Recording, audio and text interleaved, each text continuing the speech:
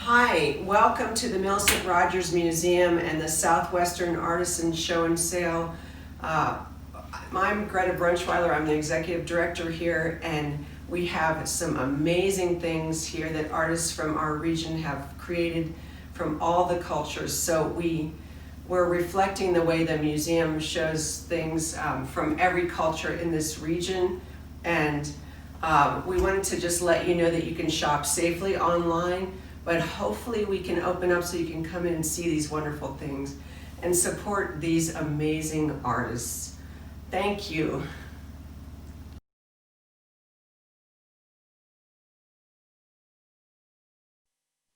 Hello, my name is Kathleen Wall. I'm from Jemez, Pueblo, and I'd like to thank you for logging into the Southwest Artisan Market for the Millicent Rogers Museum. I'm going to share with you today some of my artwork.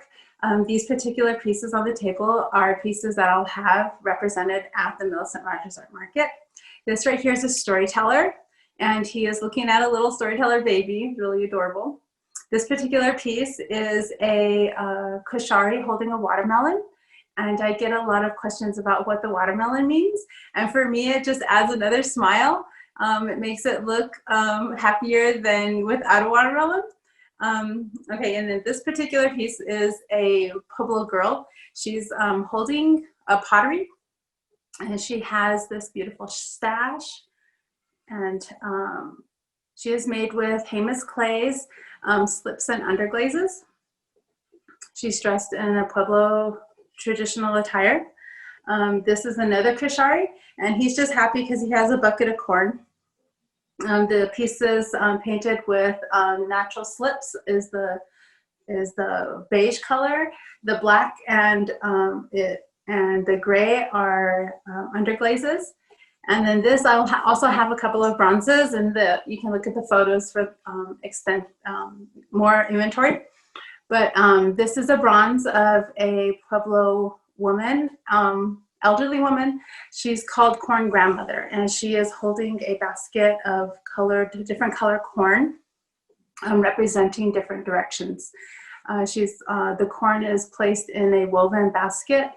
Usually the woven basket is representative of like an Apache or a Tohono O'odham basket. She has a very fancy dress. She's wearing a back scarf and also an apron. That's like our fancy dress.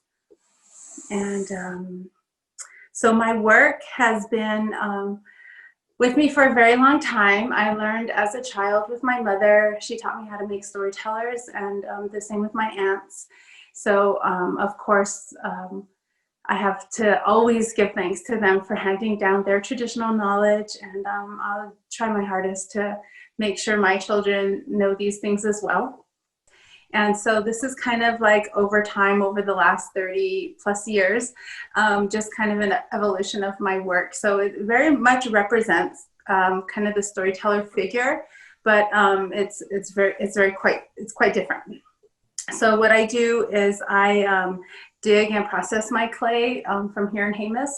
And so I will dig clay from the earth, and then also volcanic ash. And so I'll clean them and mix them together, and that's how I get my clay body. After that, I mold the pieces by hand. I usually use a pinch and coil method, and so that's what I do for the clay. And then after that, I scrape the pieces with sandpaper and smooth them and paint them. So once I start painting them, I use a mixture of slip and underglaze. The red and the white are most likely slips, and then the black and the green are going to be an underglaze. And also the grays, I mix the clay, the slip with the underglaze. And so I have like a variety of colors. So yeah, thank you very much for coming to my studio, and I hope you enjoy the show.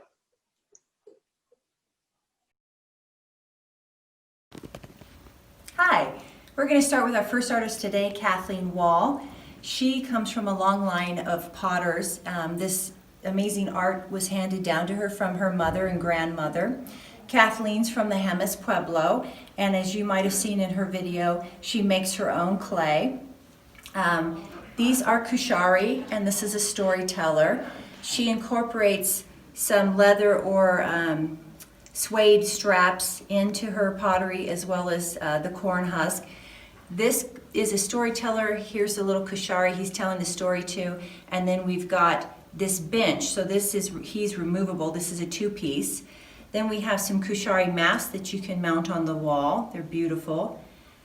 This kushari has a removable watermelon, and as Kathleen pointed out in her video, it just adds to the happiness. It's another smile. And then down on this end, this little fella is adorable. He's got a removable basket with individual little corn kernels that were crafted by Kathleen, and that's also removable. Okay, we're gonna have another look at this seated kushari or storyteller. I'm gonna lift him gently to show you the separation from the bench that he sits on, and hit the signature of Kathleen here.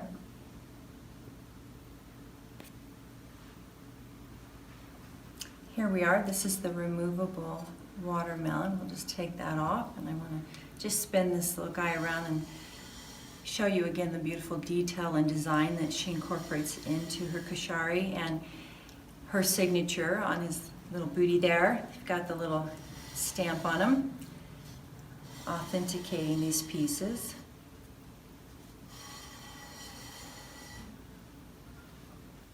We're going to take a look inside this adorable little pot, and here are all the individual little corn kernels handcrafted by Kathleen. And then I just want to turn him around and show you the craftsmanship and detail incorporated into this piece. It's really amazing. All the decorative design all the way around.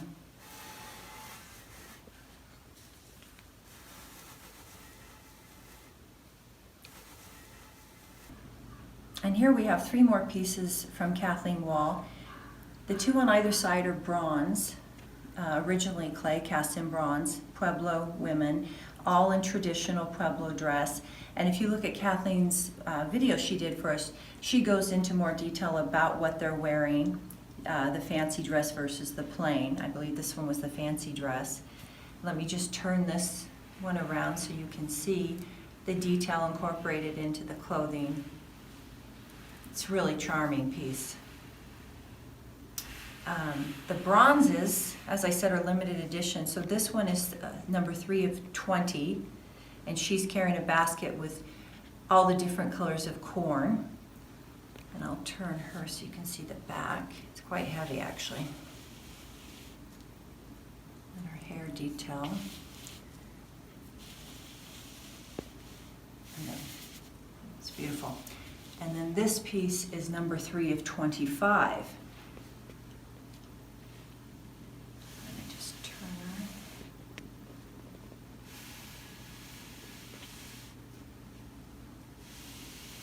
And really lovely colors incorporated on these bronze pieces.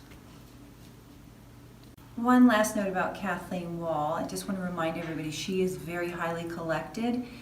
These pieces will not last. If you're interested, please go to MillicentRogers.org and purchase your original Kathleen Wall sculptures.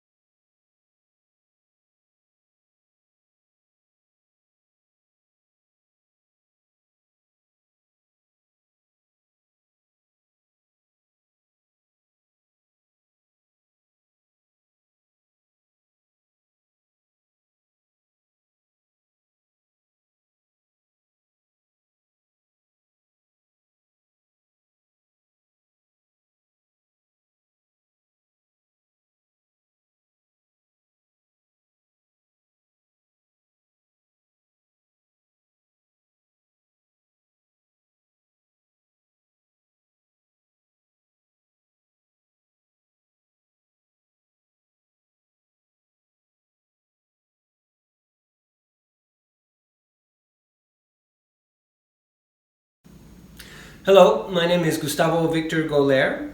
I have been a professional artist for 34 years, working primarily within the realm of the devotional arts of New Mexico. I was raised in Santa Fe by a family of art conservators, restorers, and antique dealers. They're the ones who taught me how to carve at the age of 13.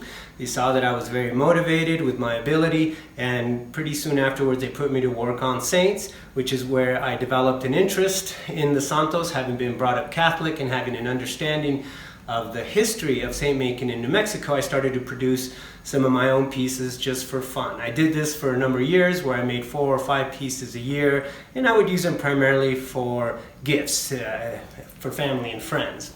When I was 23, I decided that I would open up my own conservation studio in Santa Fe, where I was encouraged by collectors and dealers that I was working for to pursue my sort of Santo career, as well as my family was encouraging me to do that. So by 1988, I moved to Taos so that I could open a small conservation studio here and follow through with my Santero career. I am very much involved in in-depth research of the older Santos, as well as keeping abreast of the contemporary Santeros and Santeras, their different styles, their different directions that we see them taking today. I myself have evolved a lot through my own work. Some of the pieces have become very complex, large, and require themes that need a lot of research. Here are some quick examples of some of the conservation work that's within the studio. Here we see some of my own work. This, for example, here is a little bit more of a contemporary piece. This is an enthroned Saint Joseph. And the reason why it's a little bit more contemporary is that he is enthroned in a 1958 Cadillac that's been turned into a couch. So we sort of follow through with our lowrider culture. All the iconography, though, is correct for this particular piece. He wears a crown. He has his flowering staff. So I try to follow very correct iconography, even though I add contemporary elements into my pieces. I'm very much involved in design and composition, so I like to depict the saints in slightly different ways than what we might see them. In this case, we have a Saint Anthony in the middle here that is very traditionally carved with his lily, his book. But then he's framed out with sort of this outdoor scene where there's a couple of apple trees, but then there's kind of an indoor scene that's part of it that has the curtains and a little roof, and then here's a cloud with the baby Jesus, which is representative of some of his iconography.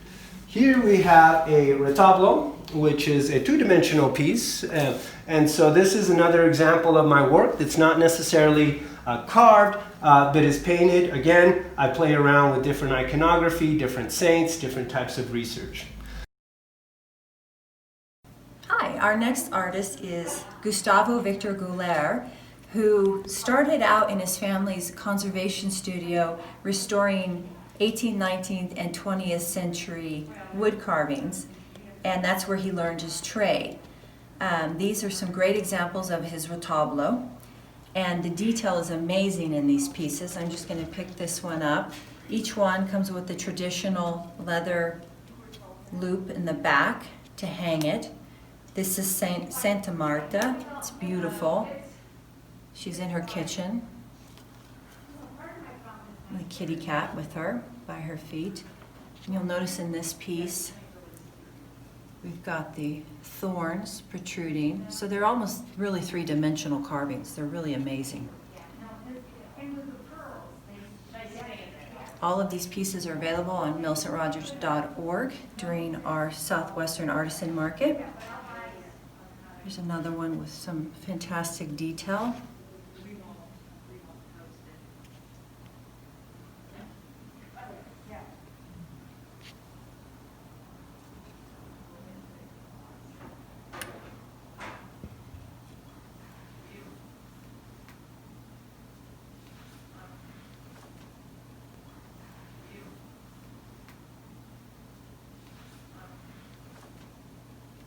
And here we have some beautiful examples of Victor's bultos, all different sizes.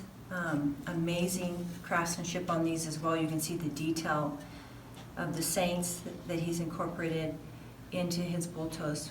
This one's holding the Bible. There's some lilies in his hand. Just really fantastic craftsmanship and art with these pieces. Let me just turn this one around. You can see the back of it.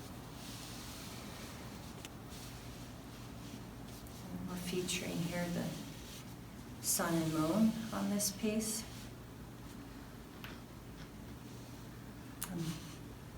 Here we have Rebecca at the well.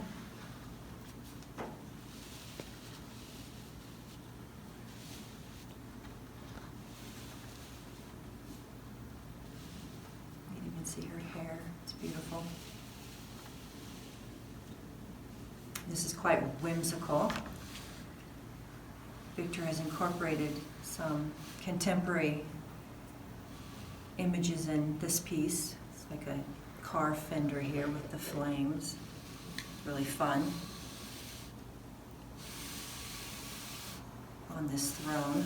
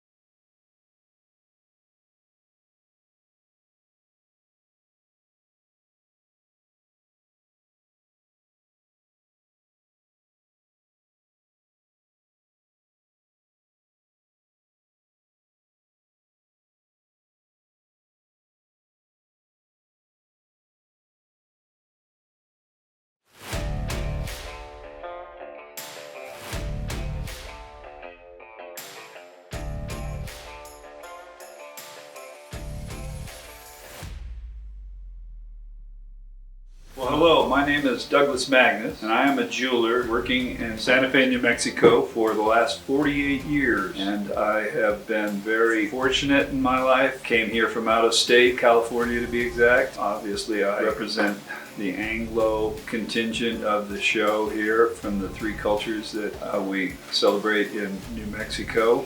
I am very honored to be part of this Millicent Rogers sale. I am, in fact, kind of a conglomerate of all the cultures because I have learned my trade with the help and assistance and influence of all influences in the state of New Mexico. We have all absorbed and learned from one another, and we are very fortunate to live here in a very friendly, artist-friendly environment that has nurtured us, and as a result, I think we all have developed our art and craft to its highest level. I am really proud to be part of that ongoing tradition. So we'll look at some of my work in the slideshow that will follow, and I hope you like what you see. Thank you very much for having me.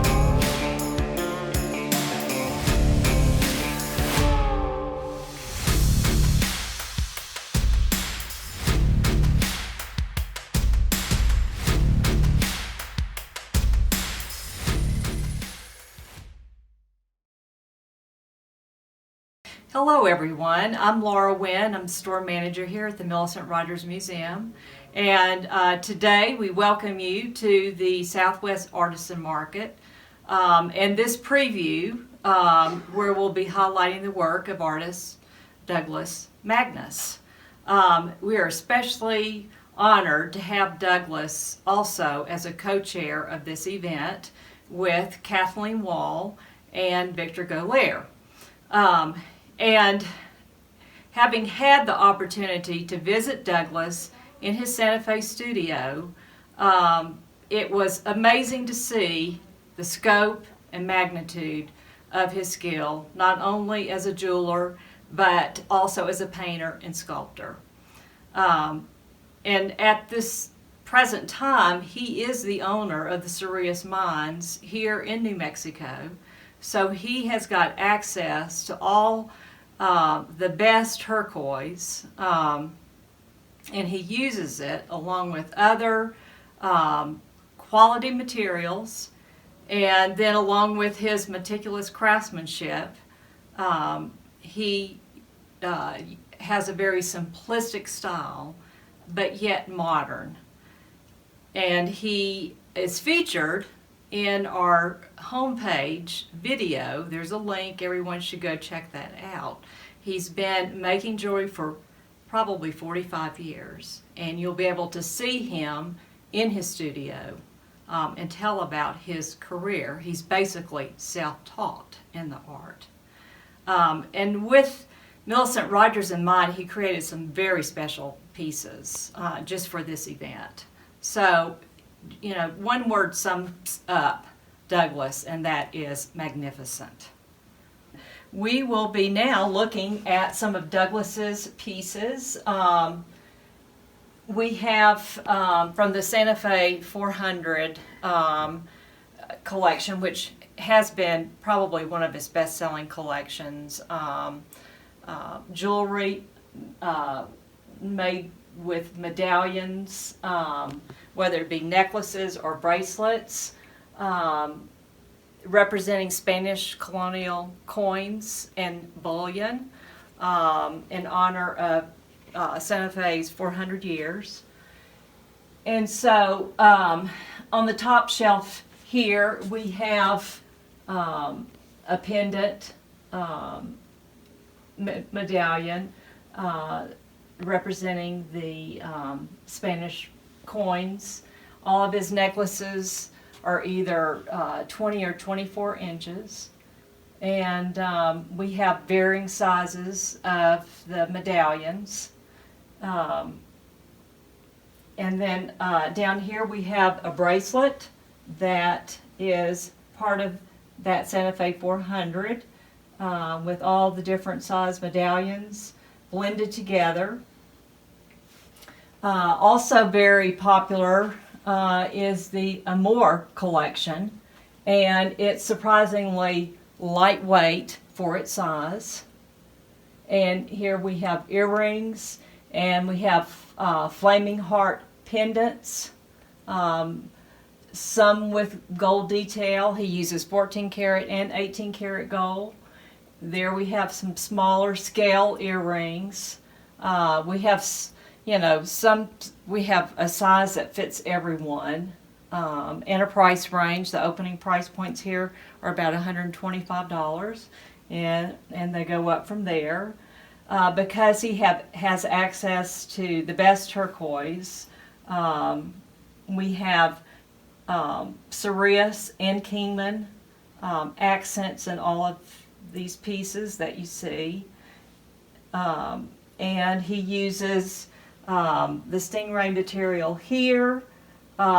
He combines with sterling silver and, in this case, Sleeping Beauty cabochons.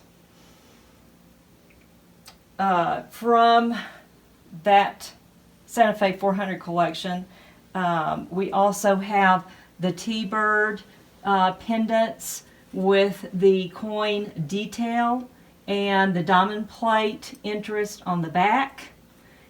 We have this to offer in a couple of sizes. The diamond plate we have in a belt buckle with a longhorn and a puffed heart necklace. We have a slab Kingman belt, so we have a his and her set here, if you will. A slab piece here that's just exquisite. And what's beautiful is the detail and the fact that it's open in the back. Another collection that's been really popular with Douglas is the Constellation collection. And in this case, he's combined it with gold and put it on a stingray choker.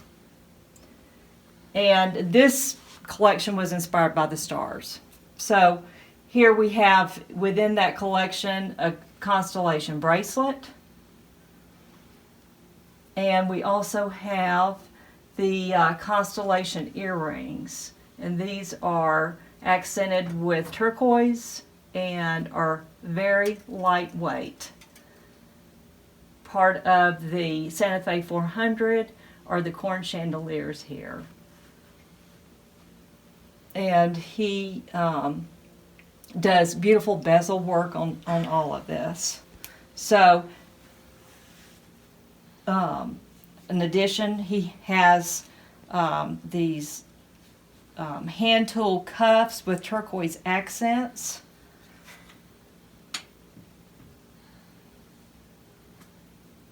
So again, thank you for joining us today.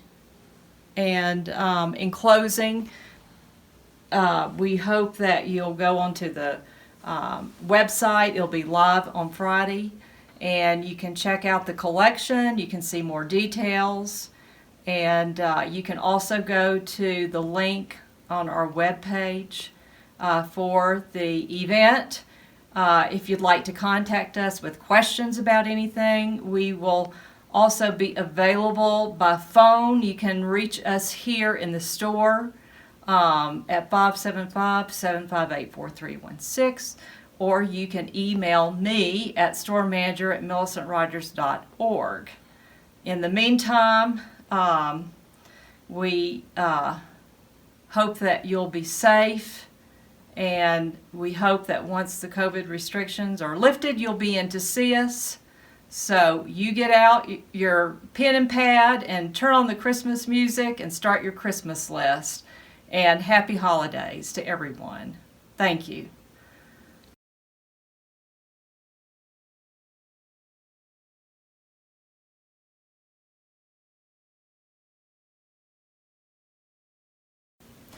Hello everyone, I'm Laura Wynn. I am the store manager here at the Millicent Rogers Museum, and this store has been a go-to destination for collectors in that we are known for our quality jewelry, be it vintage or contemporary, as well as for the breadth of our selection. Because Millicent designed and made jewelry and collected jewelry, we are known for having the best of the best. Be it bracelets, squash blossoms, earrings, concho belts. We also offer a wide variety of Pueblo pottery, including Zia, Hopi, San Ildefonso. We have many of the artists represented here in the store that are descendants of the Maria Martinez family. And we pride ourselves on the quality here that we offer, as well in antique Navajo textiles and also baskets. And we have artisans here locally and throughout New Mexico and Arizona represented throughout the museum. We have devotional art and cedar carvings by the Rail family, Varela family, a wonderful selection of books, subjects of the Southwest. So please check our online store for all the different categories of Southwest art. We'll be happy to ship and keep you abreast of any new receipts that you might have interest in. So thank you very much for your attention today.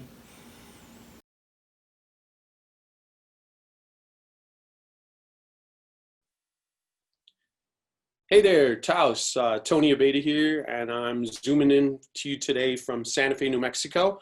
Navajo artist, painter, working down here. And I just wanted to shout out to an event that's coming up at Millicent Rogers Museum, which is an online virtual artisan market. And this is going to be on November 27th, which is Black Friday, right after Thanksgiving. It would be a great opportunity for you to take a look at some of the artists included. I want to talk about one of the artists who is my goddaughter, who is DeAnnaASuazo, who is half Navajo and half Taos Pueblo. And she's a young and up and coming woman painter, and she's doing a great job. I've really watched her work and excel over the past several years, and I've been watching her work. She exhibits over at Fahrenheit Fine Art here in Santa Fe, and take an opportunity to go look at her work. And she has like a kind of an anime style, and she's got a wonderful, she's working on ledger paper, and just got this wonderful feminine, humorous quality to her work. So that will be one of the artists included. And I just want to do a quick shout out to some of the people who helped put this all together. Millicent Rogers Museum for their help in supporting artists during these hard times, and Kathleen Michaels, who's been helping spearhead all of this. I want to mention a few of the people who helped put this all together. Kathleen Walls, who's a good friend of mine and working in clay, ceramic artist. She's great, and she's been a real great supporter of community and artists for a very long time. Victor Goler, hotshot Santero from Talpa, New Mexico, there in Taos. And lastly, DouglasJMagnus, who is a silversmith, and he's mining all that great turquoise out of Cerrillos. So all of the jewelers have stones to put in their silverwork. Anyway, so I just want to mention this event and welcome you to come and take a look at that. So we'll look forward to seeing you on your computer, taking a look at some of the artists who are included in that show. So that will be millicentrogers.org, November 27th, and it is a virtual artisans market. Don't miss it. All right, stay safe, stay inside, take care of your social pod, and love one another. Peace.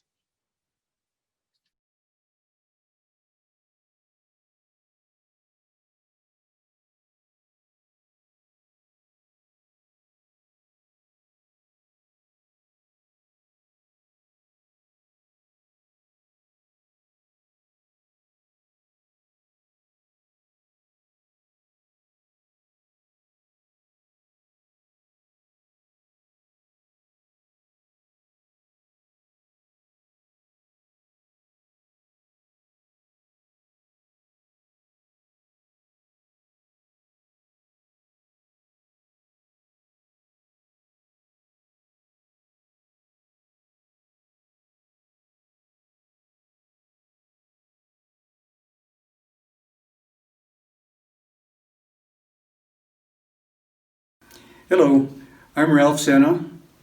I'm a probably 6th generation native of New Mexico. My greats came over in the early 1600s. I am a silversmith and a blacksmith. I've been doing my craft since I was about 13 years old. And so that puts a lot of years on the work that I show at different museums and at galleries. I'm in major collections at the Millicent Rogers Museum in Taos, the Museum of New Mexico, the Taylor Museum in Colorado Springs, the Museum of International Folk Art in Santa Fe, and the Museum of Northern Arizona in Flagstaff. Blacksmithing is really my family heritage, and I didn't find out until a few years before my father passed that the family trade was blacksmithing, and I was bound and determined I wanted to learn it in my antepasados, or my forefathers' honor. So I took some blacksmithing lessons from a blacksmith in the South Valley in Albuquerque.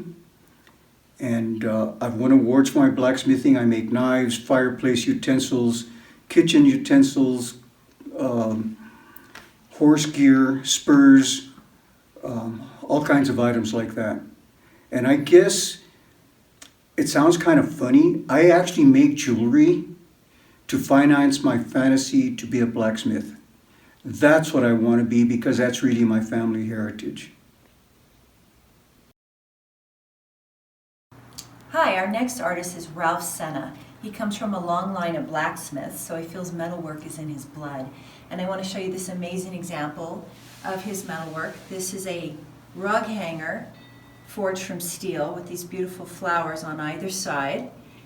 So Diane, we have quite a selection from Ralph. He does use precious as well as semi-precious stones in his work. I'm wearing one of his pieces with beautiful turquoise pendant and the shells. And we have another one here as an example. Diane, what are you wearing? I am wearing his Guadalupe pendant, sterling silver with a leather chain. It's gorgeous. It looks It fantastic. is. It's fabulous.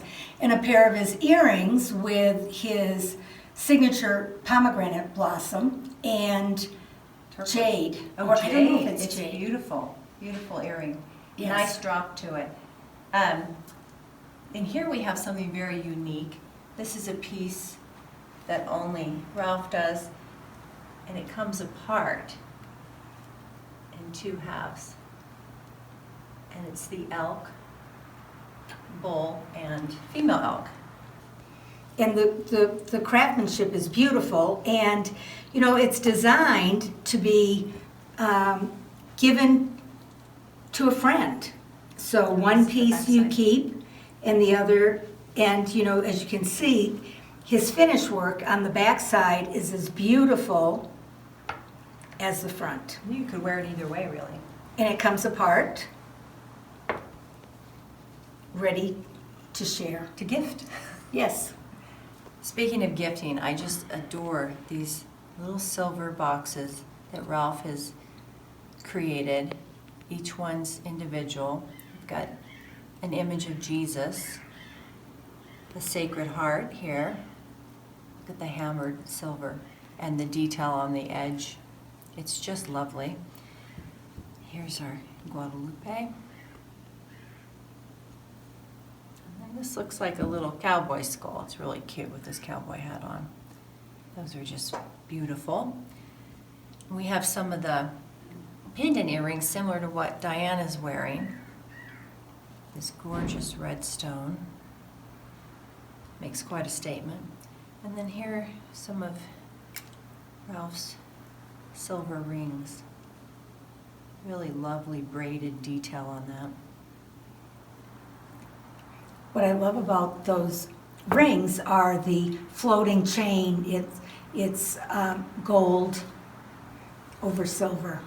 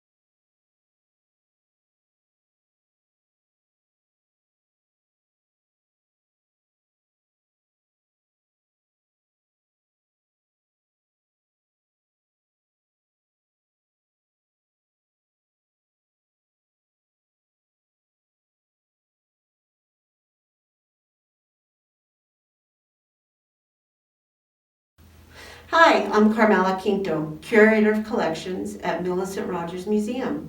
And I'd like to take a moment to tell you a little bit about the Millicent Rogers Museum. Now, we are not just a museum about Millicent Rogers. We're really more about what Millicent collected, what she cared about, and what she loved.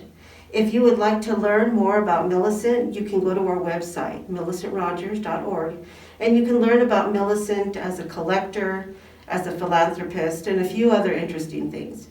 But I would like to take some time to tell you about the museum collection. Now, our museum was founded in 1956 by Millicent's youngest son, Paul.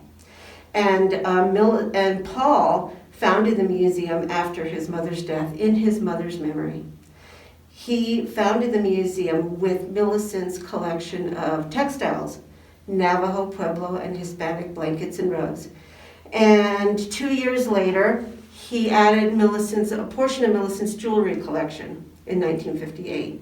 This became the core of our collections here at the museum. And over the course of the next 30 years, Paul built the collection in a vision to be able to understand the cultures that live in the area. We're very proud, actually, to be able to represent the 19 Pueblos in New Mexico, Hopi in Arizona, the Navajo Nation, the Apache tribes in New Mexico, and most of the Hispanic communities up and down the Rio Grande Valley, starting in southern Colorado and going all the way down to Albuquerque. And these collections that we house here and care for help us to exhibit and educate about the cultures that they represent. And so we have 15 rooms in the museum that we call galleries. The first half of the galleries are all themed exhibits, such as textiles, jewelry, pottery, Hispanic religious art, or baskets. And so the objects within these exhibits will change or rotate out, but the theme always remains the same. And this is so we can highlight these strong parts of our collection. The second half of the museum consists of changing exhibit galleries, sometimes traveling exhibits, sometimes we host community exhibits, but for the most part we have themed exhibits that we pull objects from different parts of our collection to tell a story. We're standing here in has been a popular exhibit called Majestic Owls. And so in this room we have objects from different parts of the collection, including pottery, some photography, some paintings, a kazina, some jewelry, and even some literature that reflect owls and how they're seen from the different communities that we represent. And it's pretty interesting to see how different the views of the owl are in these communities. This has been a popular exhibit, and this is usually what some of our changing exhibits are all about. So we are accredited by the American Alliance of Museums. We follow all of the ethical standards set by them.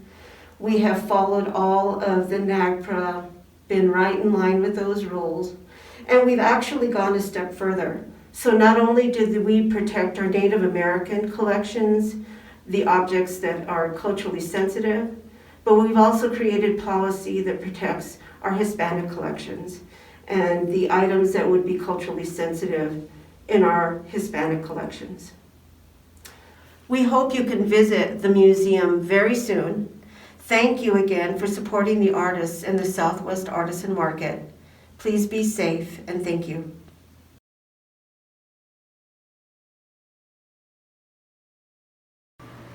Hi, my name is Jody Naranjo. I'm from Santa Clara, Pueblo. I'm a potter, and I come from a long line of potters, sculptors, and painters that do traditional pottery. This is a piece that I made, and what we do is we go out to the hills and we dig 3 different types of clay, Santa Clara clay, and micaceous, and a volcanic ash. Process the 3 together, mix it, store it, age it a little bit, and then make the pieces. So the process I use is I do the coil method, And it's basically, I'm rolling out little snakes and building it kind of like a house, each piece, and then I kind of smooth it over. After that's done, I get them really nice and smooth with sandpaper or a cloth, and then I use a polishing stone to polish this shiny part right here. So I'll polish it and it comes real shiny with the red slip that you would kind of find in the cochiti area. After that, I pit fire. I use cow manure and cedar. It burns really hot and fast, and then I get this really cool brown and gray colors. My final step is in the designing, and on this piece it's a landscape pot. So what I did is I have some deer dancers and I carve them on there, and then I take all this out from behind, so you're seeing it kind of like a relief pattern on the piece. So here's my deer dancers, and then right here is the Pueblo and the hills with the pinon trees, and then the mountains with the snow, some rain clouds. Continues right here is a tree, a buffalo dancer, corn dancer, and then at the end of the buffaloes they always have the antelope, the antelopes. So, and then I go again back to my pueblos. So it's kind of a landscape pot. I also do this light etching on the top and the bottom. It's kind of like a lace pattern that just makes it look kind of pop out, and then I mix in some mica on paint to do that. So that's the style of pottery I do. There's probably 40 potters in my family now, artists. I'm related to Michael Naranjo, who's my uncle, who does the sculptures here at the museum.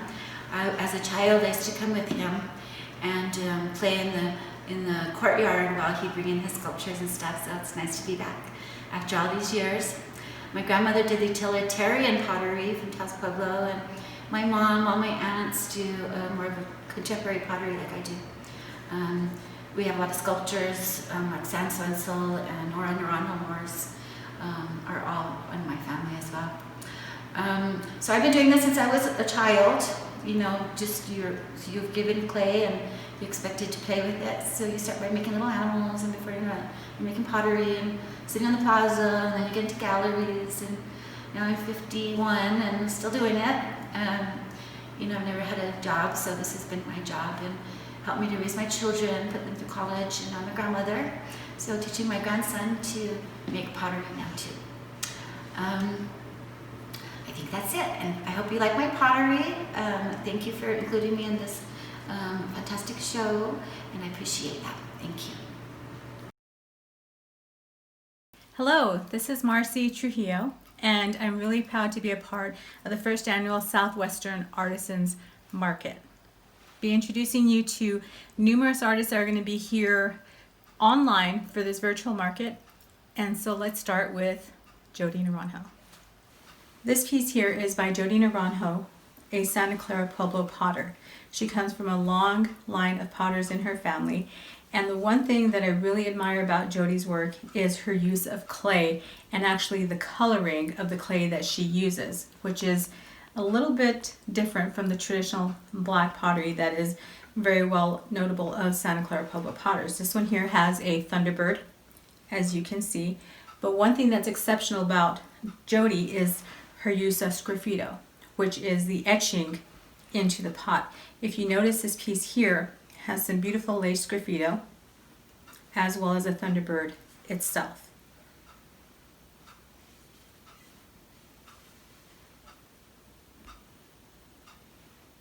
You'll also see more lacing of sgraffito on the underlying pot, as well as more sgraffito behind the Thunderbird. Jody's use of clay in her work takes on a more contemporary use of the traditional clay from Santa Clara. If you notice with this traditional animal pot here, you'll notice the highlight of the brown, the bronze in the clay, as you can see here in the design work represented by the animals that you see here. And again, in the background, you'll also see the use of sgraffito in her work.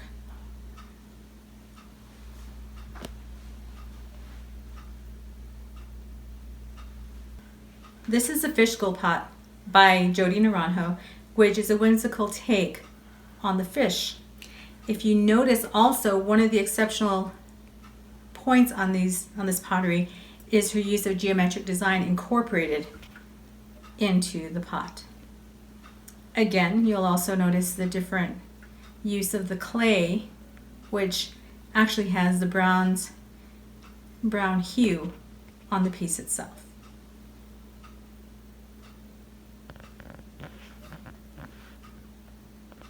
So this pottery again is also by Jody, and this one here is a landscape pot.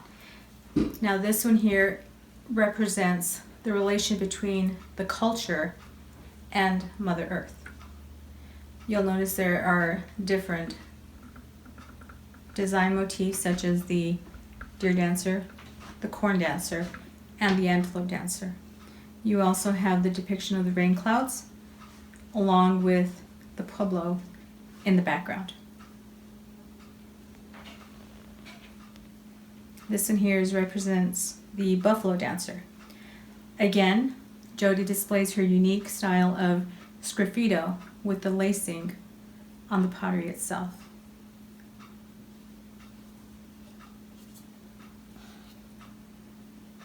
This here is a Pueblo Girl seed pot by Jody, which is in the A shape and actually is depicting the female as being the giver of life. The women will carry on a lot of the traditional elements of life in Pueblo cultures by teaching the young children the stories of their culture.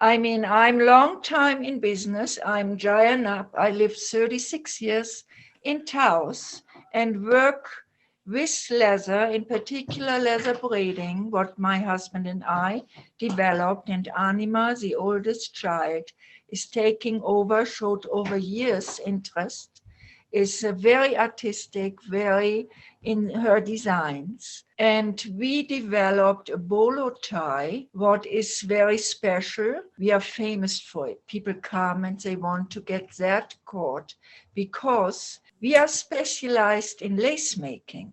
We only take high quality vegetable tan cowhide, and we will prepare with our self-made tools the lace. And the lace is the first basic of a very good braid. Our braid is very solid because we bevel each lace from each side. So they lay into each other compact. And therefore we have this very smooth finishing of the braid. So that is the basic of our work. And so we develop, besides the bolo tie, jewelry, necklaces and bracelets and earrings and headbands, all these besides the bolo ties. And we do that for years. We lived 30 years here in Taos and developed that business. And we are honored to be part of the community of Millicent Rogers. It's a wonderful, very exciting thing to be part of it. Hello everyone, I am Laura Wynn, the store manager here at the Millicent Rogers Museum.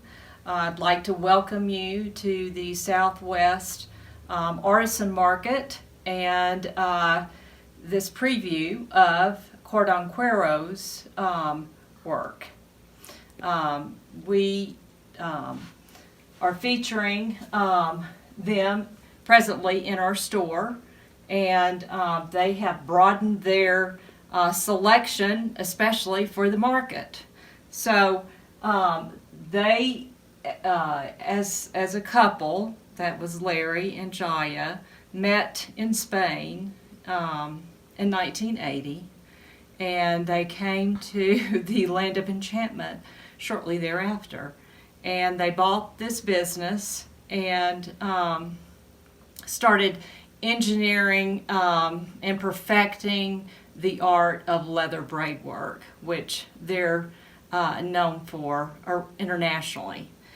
They have a huge customer base and following, and they, over the years, have added many new designs. Their original focus were the woven belts, and now their line runs the gamut. So today here we have featured some braided bolos here on the top shelf, and we have merchandise here that's appropriate for the guy or gal on your Christmas list. A lot of this leather work is unisex, and some of it is finer braid work than others. Some of it is ornamented, some is plain. So there's something for everyone here. On the right side, we have some lariat necklaces, we call them, because they're more appropriate for a woman. And with the silver conchos. This is a beautiful piece that's got silver balls interwoven into the leather work. And something new from them is this wide cuff with a magnetic clasp. So this is so easy to get in and off, in that you just twist and turn.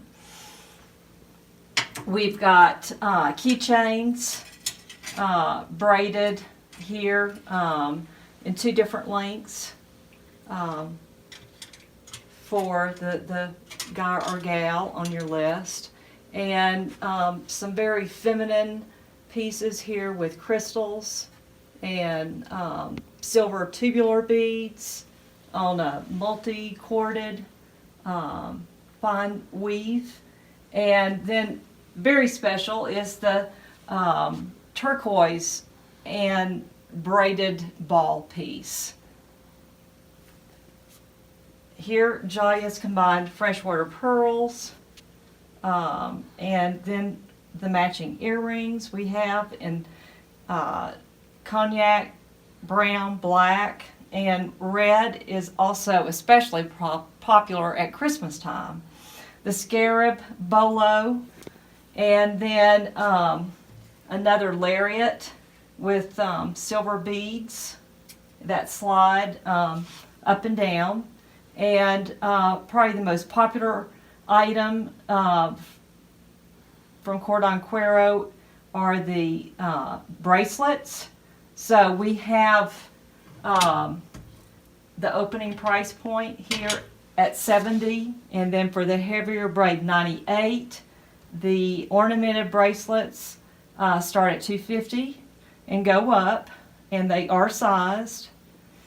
So go to the market webpage and check out all that CordonYCuero has to offer.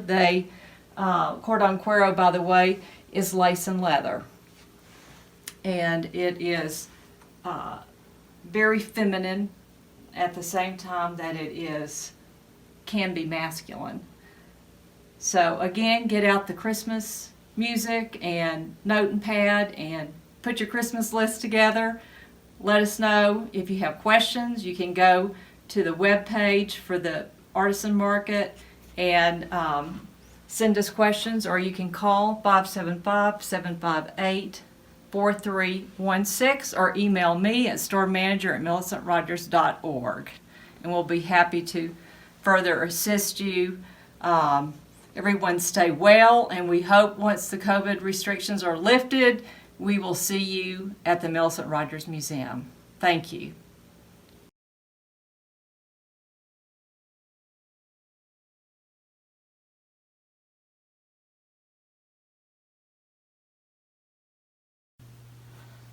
Hi, my name is Luis Varela. I'm a grandson of Patrocinio Varela. I have an older brother, Carlos, that's a wood carver as well, along with me. And there's 8 family members that carve now. I've been carving 40 years, influenced by my grandfather's work at a show that I attended in 1980 in Santa Fe. It was Santuario de Guadalupe Church. And they had close to 100 pieces of my grandfather's there, and that was a real eye-opener for me. I was encouraged at that time by the curators of the show, which is Ben Lopez and Vicente Martinez, and my parents to start carving. So my parents bought me a small carving set for Christmas that year, and I started carving. My first carving we still have in our collection. Just a small little prayer, man praying. I did a show in Albuquerque, I think it was in 1980, at the Feria Artística show in Albuquerque. Then I kind of just carved as a hobby for like 10 years.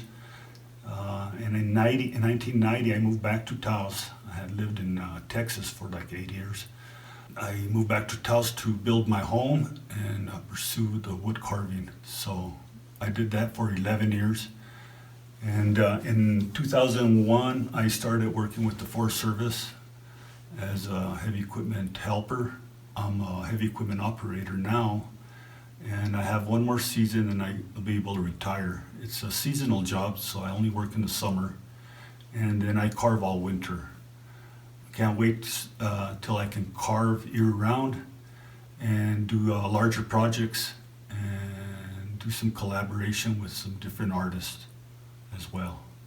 The wood that I go gather I'm very selective. I go gather Rocky Mountain juniper, and I gather it in the Carson National Forest in the different districts, areas that I've found over the years where the cedar grows twisted and gnarled, and that's what I go looking for. I usually get 1 or 2 backpackfuls when I go for wood. I go with family and friends. I carve a lot with Salazar family, Leonard and Ernesto. I carve with my brother and my brother-in-law. And so it's nice when you have other folks carving. Time goes by fast, and you have a good time when you're carving with someone else.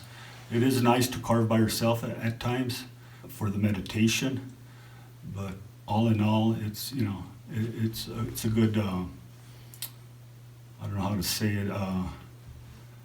It's good to do both, I guess, is what I'm trying to say.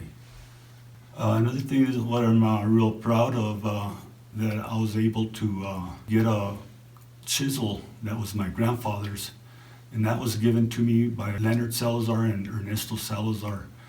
Their father was best friends with my uncle Robert, and they're always with my grandfather in the shop, and Leo used to watch my grandfather.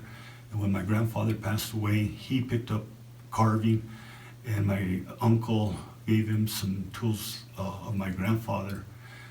In 1991, Leo passed away, and one day I was carving with both Ernesto and Leonard at Leo's shop, and they're telling me about that tool, and I asked if I could see it, and they brought it out, and they gave it to me. So I use that tool every carving that I start. I'll do my saw cuts, and then I'll chip away with that tool. To me, it's like blessing that piece of wood with that tool. Bringing our kids, I have a son that carves, Daniel. And then I taught all my kids, I have 4.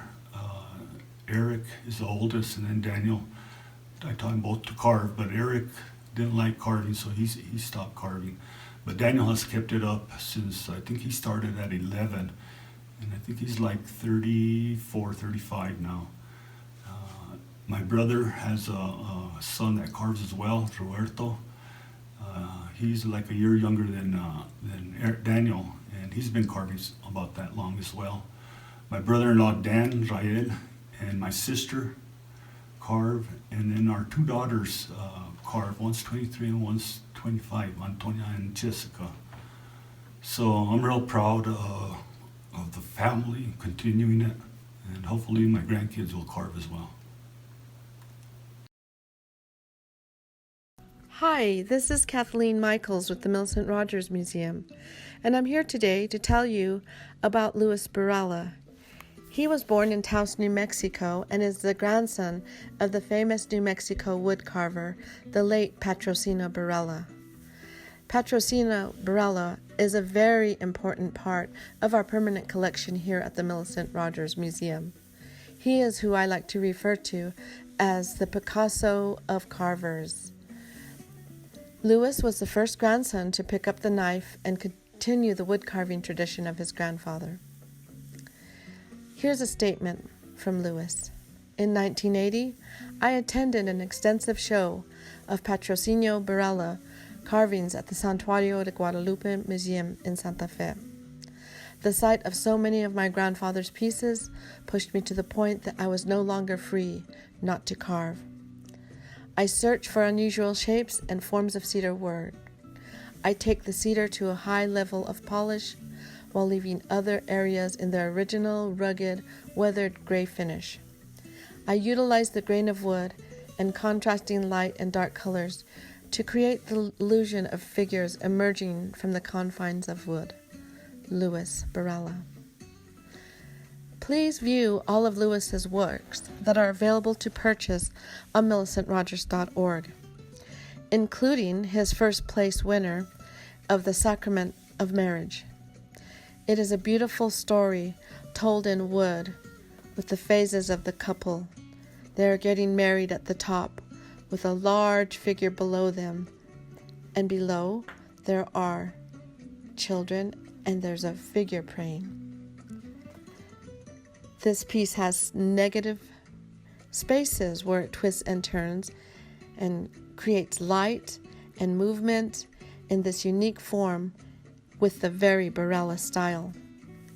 Also not to be missed in this market is a wooden carving which depicts the story of Adam and Eve.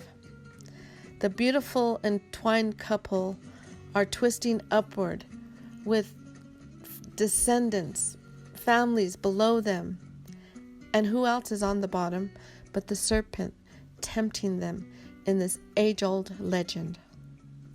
This was honorable mention in the Santa Fe Spanish Market in 2019. Another notable mention for our Southwest Market is my personal favorite of Man Standing on His Own. This solar figure reminds me of one of the oldest bultos of San Antonio that resides in the Taos Pueblo Chapel. Amongst these fine carvings in wood by Luis Barela, you will find very affordable works of the Holy Family, of couples, and individuals in prayer, and they are all created in the famous Barela style. Do yourself a favor and treat yourself today to something that will bring you and your family generations of gratitude. Gracias. Hi, this is Kathleen Michaels with the Millicent Rogers Museum, and I'm here today to tell you about Luis Barela. He was born in Taos, New Mexico, and is the grandson of the famous New Mexico wood carver, the late Patrocinio Barela. Patrocinio Barela is a very important part of our permanent collection here at the Millicent Rogers Museum. He is who I like to refer to as the Picasso of carvers. Louis was the first grandson to pick up the knife and continue the wood carving tradition of his grandfather. Here's a statement from Louis. In 1980, I attended an extensive show of Patrocinio Barela carvings at the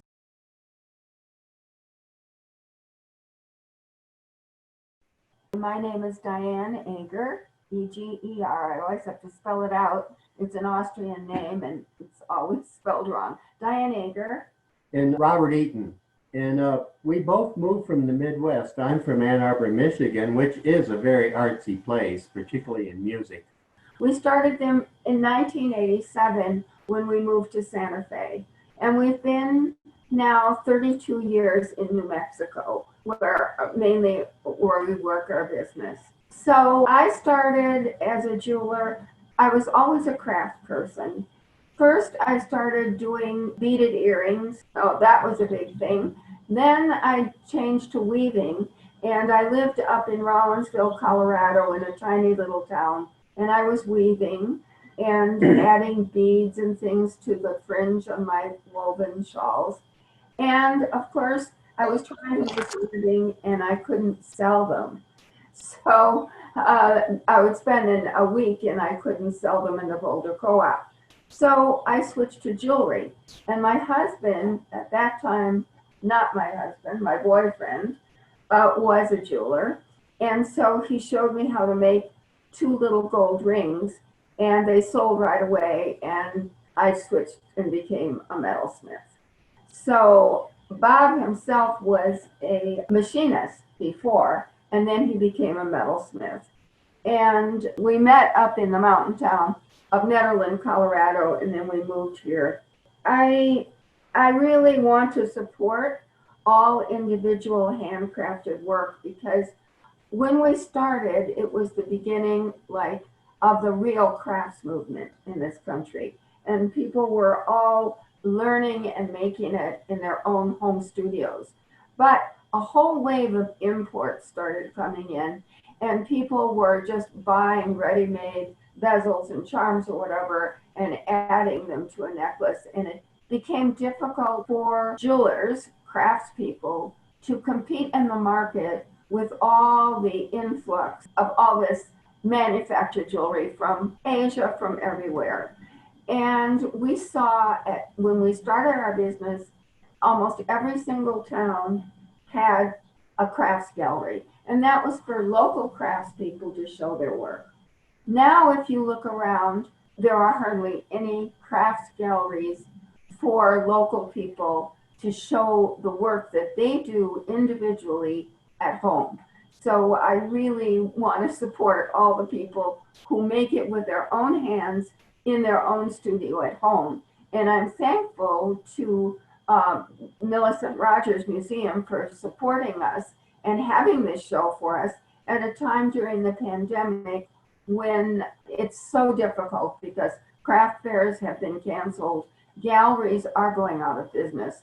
At one time, Bob and I, Eaton Ager Goldsmiths, were in 22 galleries over the whole country, not just the Southwest, including like Pennsylvania and all in the Southwest, and just so many everywhere. And gradually they started going out of business. This was long before the pandemic.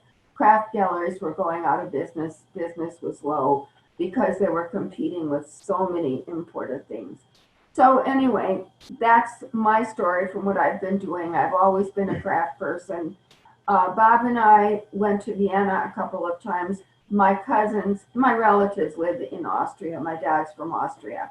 So we were in Vienna and we were just blown away by Art Nouveau, and they call it Jugendstil there, and by the Art Deco and the Bauhaus and their whole philosophy of art is craft and craft is art. And so we were so influenced and by this particular art. Yeah, I really loved it. Actually, Rococo and is more is more. So I did more is more jewelry for a while, and it was nice. People liked it, and that was our influence. Plus, the museums there are incredible. So we saw lots and lots of jewelry and art and things like that. So we came back inspired. And your spirals and everything on your ring is like so Art Nouveau kind of looking. We call our style modern romantic because it combines a lot of things, and it's more unique than a lot of things are, and it's unique in its influence of Art Nouveau and things like that. And I worked as a jeweler to the trade in Boulder, Colorado, which means people would, I did simple things, sizing rings and things like that and repairs. But then things there were mostly cast and very traditional cast things. So when we moved to Santa Fe, I realized that color and style and things like that were just whatever you wanted, anything goes. And then we started a jewelry business when we moved, and there were so many craft galleries, particularly in Santa Fe, that we did very well. And things went, things went down and down and down for crafts. And then we moved to Taos, and it was very inspiring because in Taos, everybody's an artist. Yeah.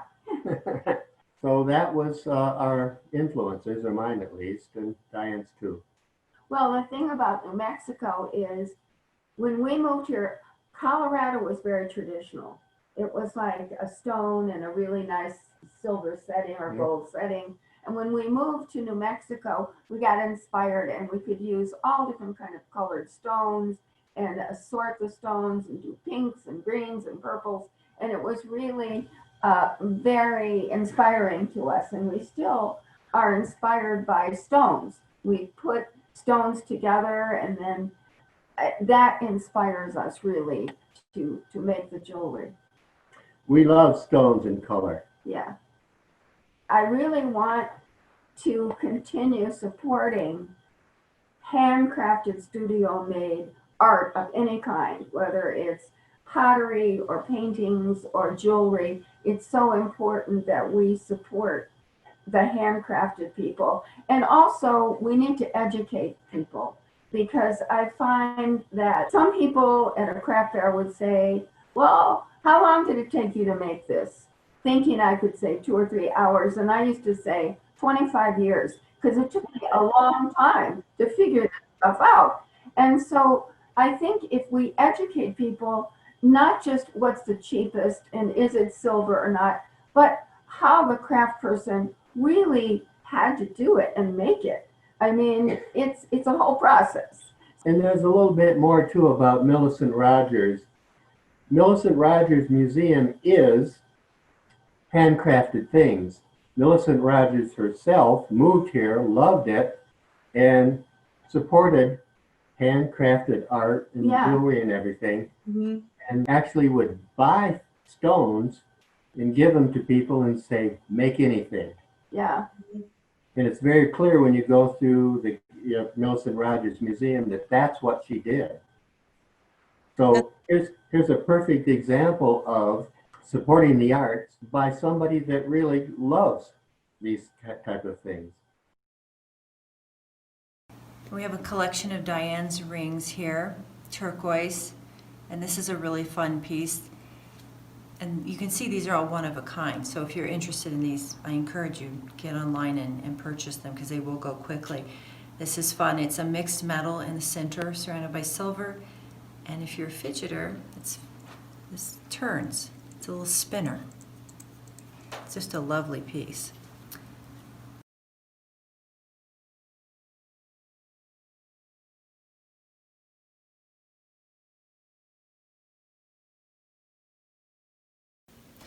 Hello everyone, I'm Laura Wynn. I am the store manager here at the Millicent Rogers Museum, and this store has been a go-to destination for collectors in that we are known for our quality jewelry, be it vintage or contemporary, as well as for the breadth of our selection. Because Millicent designed and made jewelry and collected jewelry, we are known for having the best of the best.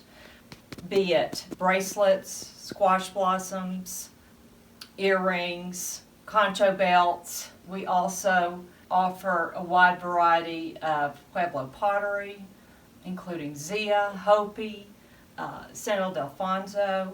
We have many of the artists represented here in the store that are descendants of the Maria Martinez family.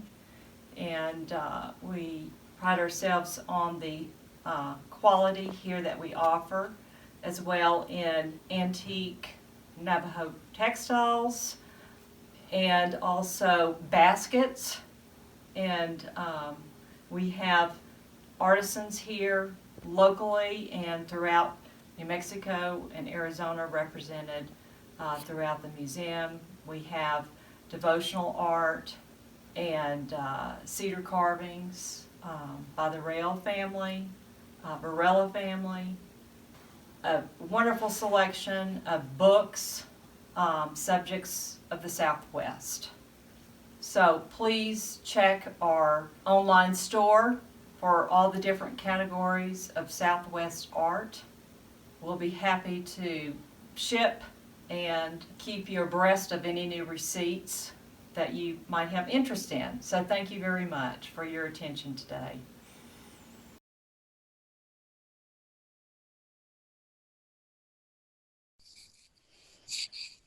Okay, my name is Melody Elwell Romancito.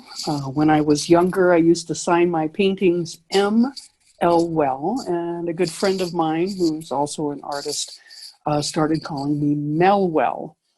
And that's the name that I've been using as an artist.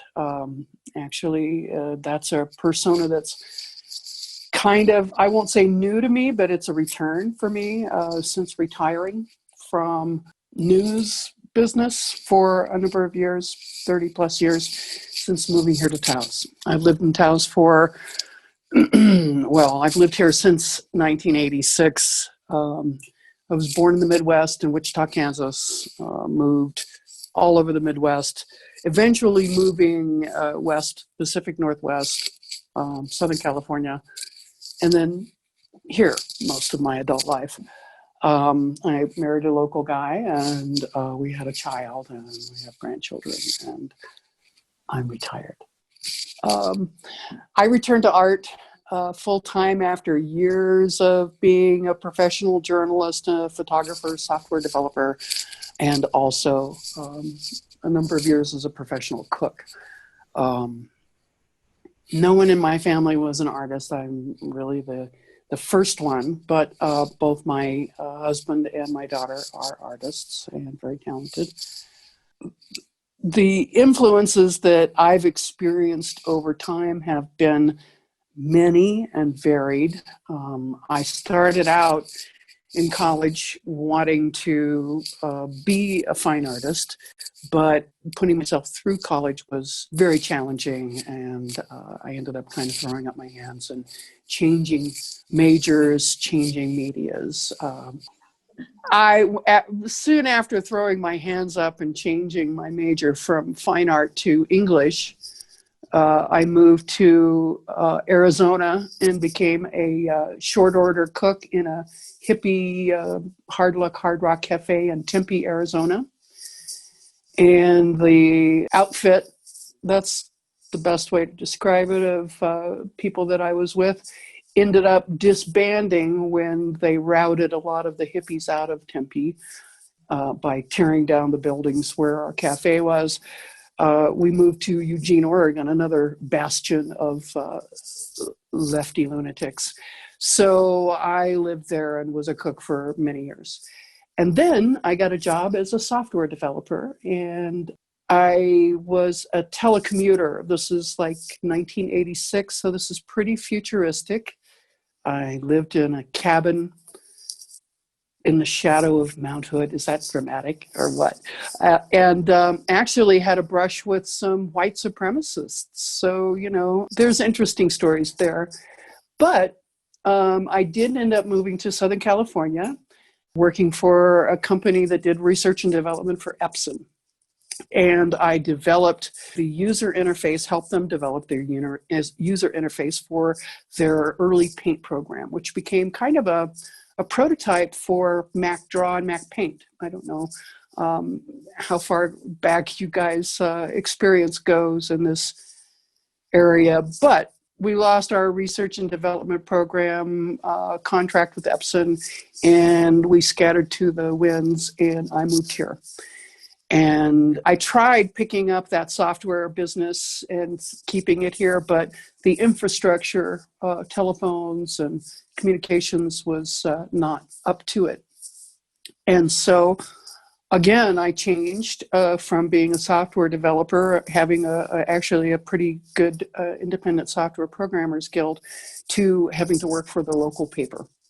And I became their arts editor, lo and behold. So I spent 30 some years interviewing a lot of our local artists and learning how the Taos Society of Artists history unrolled for our history here, and was exposed to a lot of art during that time. And also during that time, I met Robert Parsons, who's the owner and no longer the director. He's kind of retired and receding from that, but of the Parsons Gallery, which has two arms. There's the historic gallery, which is on Bent Street, and then the gallery here, which is where my studio is, where I'm talking with you from, which has the living artists, the contemporary artists, and I'm lucky enough to show with Robert.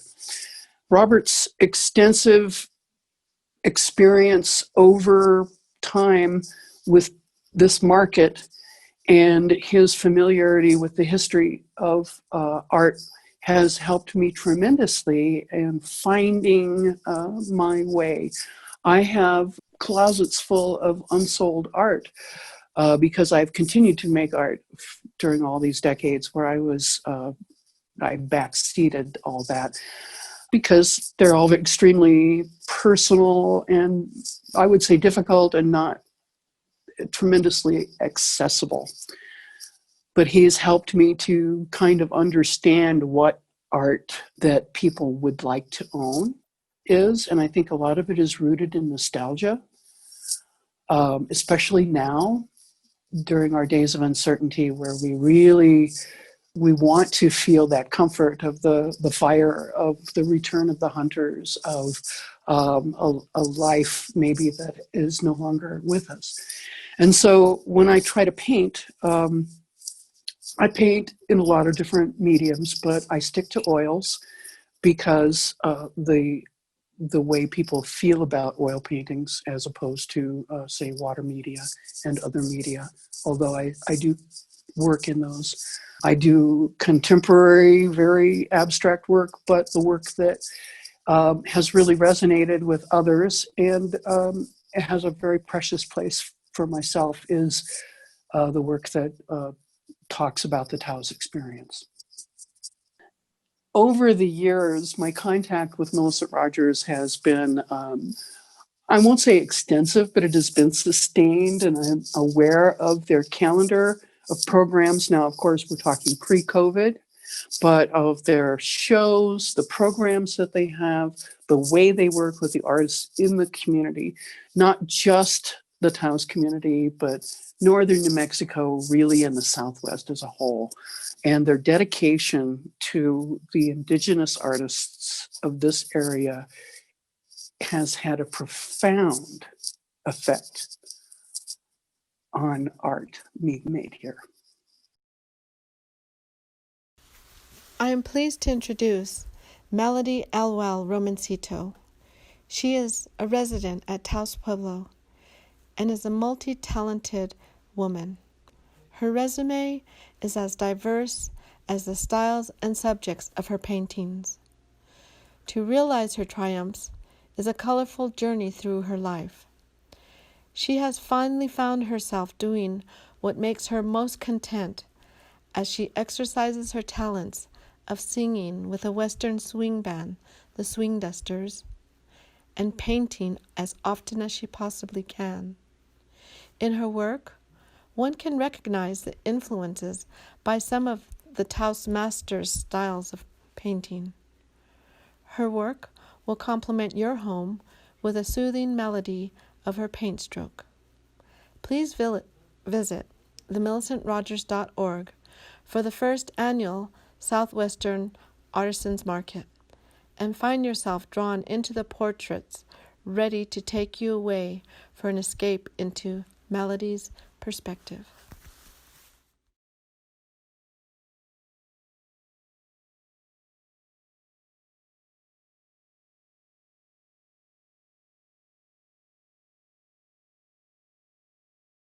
Hello, my name is Randy Montoya. I'm from Santa Fe. Still live in Santa Fe, born and raised.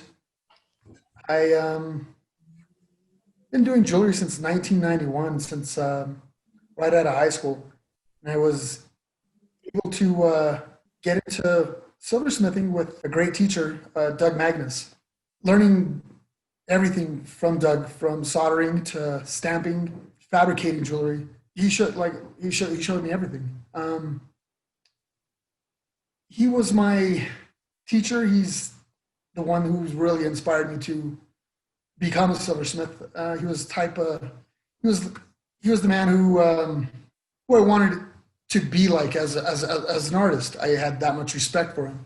So I was always trying every day at work to be like Doug, or if not, try to be better than Doug. I worked with him for 18 years, and he has a really big part of my silversmithing.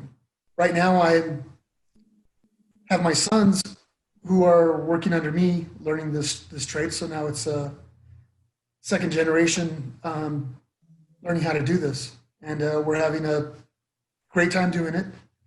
I really enjoy working with my sons in the shop, going to shows. One of the proudest times I would say it was my son made a piece, and when somebody actually bought one of his pieces, just to see him light up, and I think that's what got him into silversmithing, and he hasn't looked back since. My type of jewelry is, I call it quality.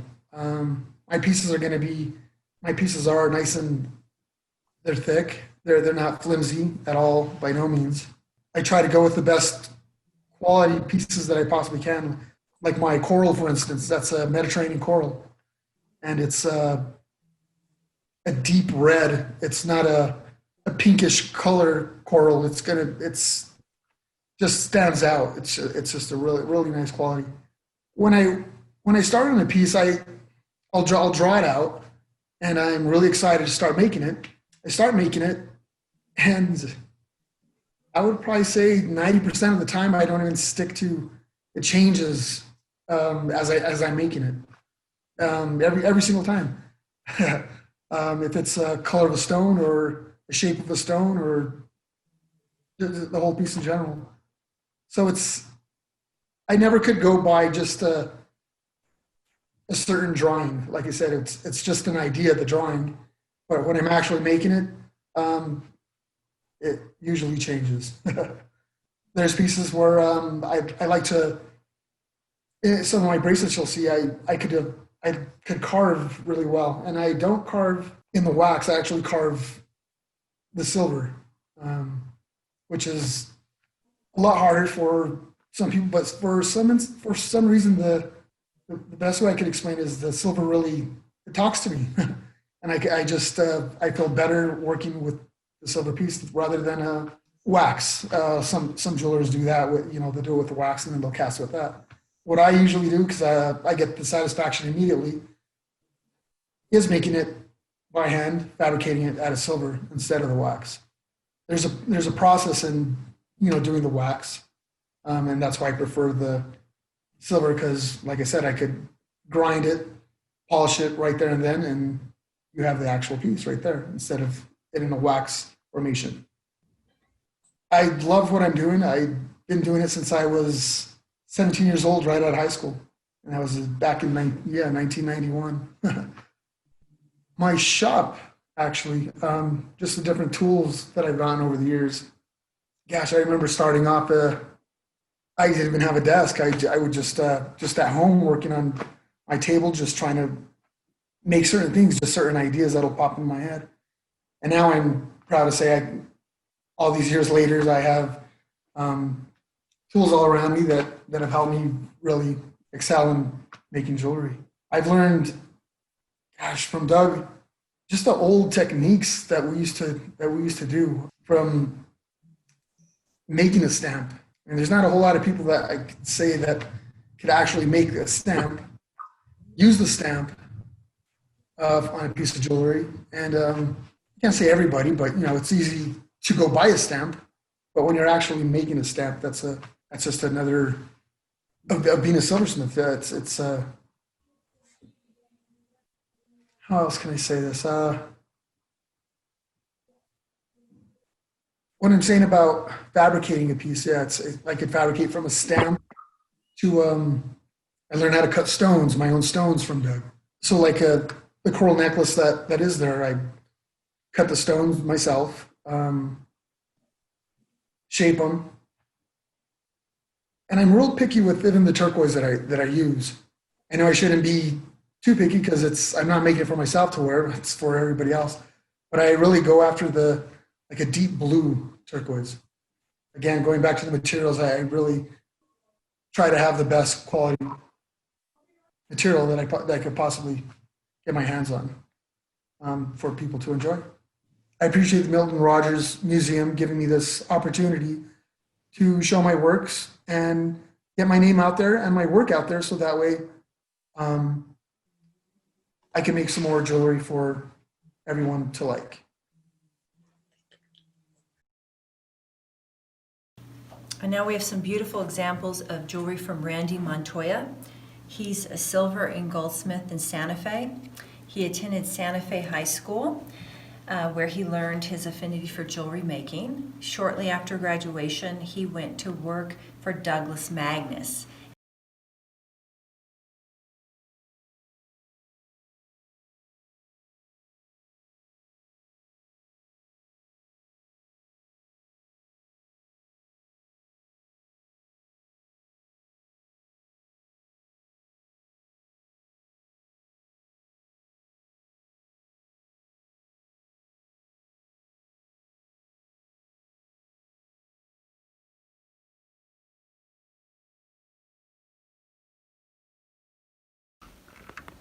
Now, Patricia actually needs no introduction into her work. Like I said, she is an amazing artist with such an innovation of design and use of fabric and notions, as well as her incorporation of elements into her design work. She has paved the way for numerous fashion designers in Native American art, having created an outlet through various organizations to have their work displayed, shown, featured in magazines, in runway shows, in television, and whatnot. Again, great big shout out to Patricia Michaels, Taos Pueblo. Hello,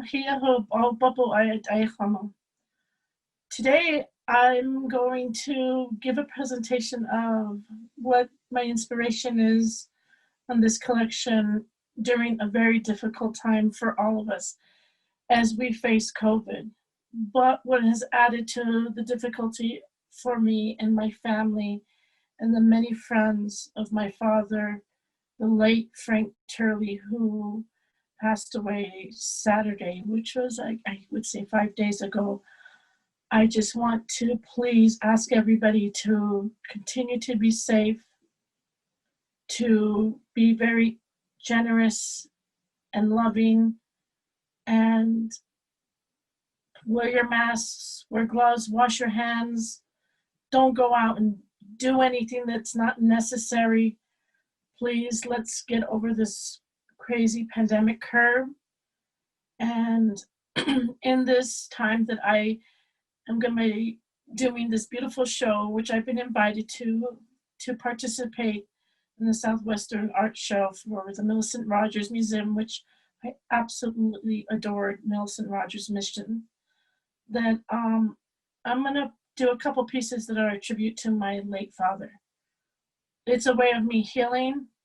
It's a way of me expressing as an artist. You have many influences that bring you to a place of strength. And Frank was definitely one of those people that provided me a sanctuary of strength and knowledge and self-confidence, happiness and pride. And that's the way he treated so many people. And this is the way I know that the museum treats so many artisans. So it's very befitting that I acknowledge that this is the artist family, this is the artist community, this is who we are. We make statements of our choice, and sometimes the statements are political, like I have in the back a piece to bring awareness for missing and murdered Indigenous women and girls, and then a very couture piece, which, you know, I'm still doing. But for the Millicent Rogers Museum, for this show, it is all digital garments and soft interior. Because of the COVID, I am doing production that is digital production, and I'm doing very little with couture or custom fit, because it takes just longer, and the social distancing is very important right now. And so shows like this are important because it allows the artist to give a presentation without bringing harm to the community or to the artist and their family and the community that it makes to be an artist. You know, I've always told people, in order to be a fashion and designer, you have to have a team. And Frank was right up there, number one in my team. And all of you who knew him or will come to know him, you will see that his sincerity and his generosity and his ability to love in the leaps and bounds and share in artistry and knowledge is there and will continue to be there. With that, you know, I thank Millicent Rogers Museum for including me once again in another show, and to be amongst other master artists. It's always a privilege, and I will miss seeing all the other artisans like we normally get together, and I'll miss seeing people at the museum. But we got to be strong, and my prayers are with everybody. There's also a film that my son and I did that will follow this, and it's a little fashion film of my couture and ready-to-wear digital activewear, so that people can see that in this transition, you know, I'm continuing to bring something fresh so that artistry is still celebrated in its vast ways of expressing who we are.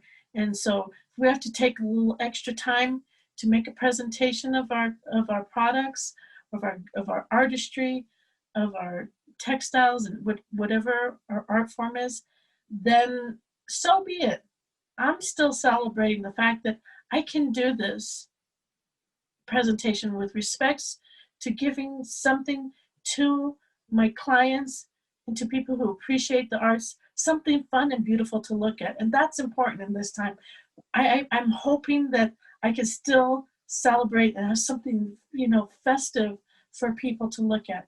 And thank God, you know, my two children, Margot and Gabriel, they encouraged me with that. They said, Mom, you know, you always like to do fun things, so let's just think about something fun. So, you know, of course, my children are in Europe, and they're missing their grandfather too. My mother, she's somewhat, you know, okay as expected, but it's hard on her. So please keep my whole family. I've got brothers and sisters and nieces and aunts and uncles and my companion, James, who everybody, please keep us in your prayers. Thank you. Thank you.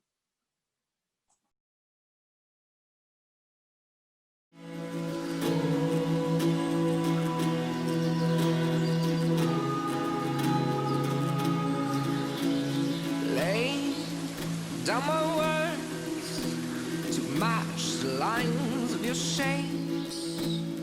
Dark, let's be unheard, wrapping in the shadows of our lakes. Strike the charcoal in our car. To your lips you can eat my name, and I can spend the day digging through the many lines of your shade, so you can draw away and turn my words into shapes. I'm yours to fold, and I trust in these lines to hold. I got words for you, I got words for you to mold.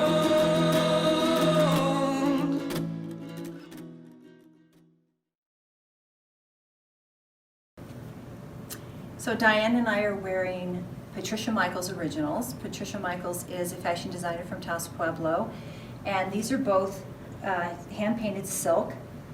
Just beautiful. This is almost like a drapey cape. This is amazing. These pieces are from her ready-to-wear line. So we've got a nice little kind of bomber jacket. All of her prints are original. Very cute. There's another one.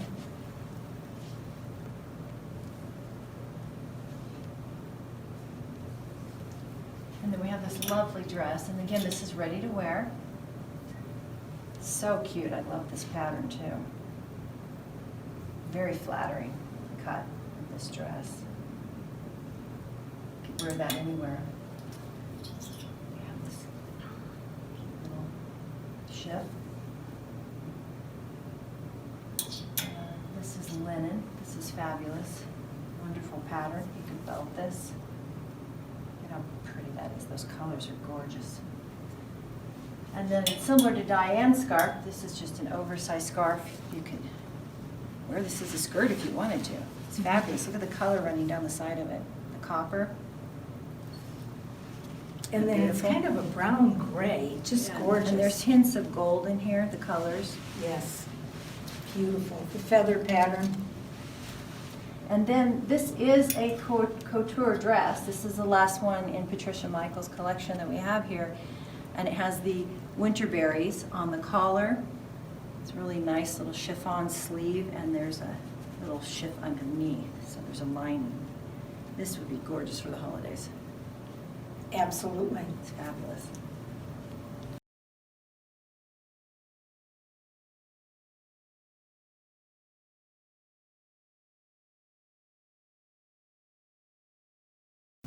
Hi, welcome to the Millicent Rogers Museum here in fabulous Taos, New Mexico. I'm Greta Brunschweiler. I'm the executive director here, and we are virtual.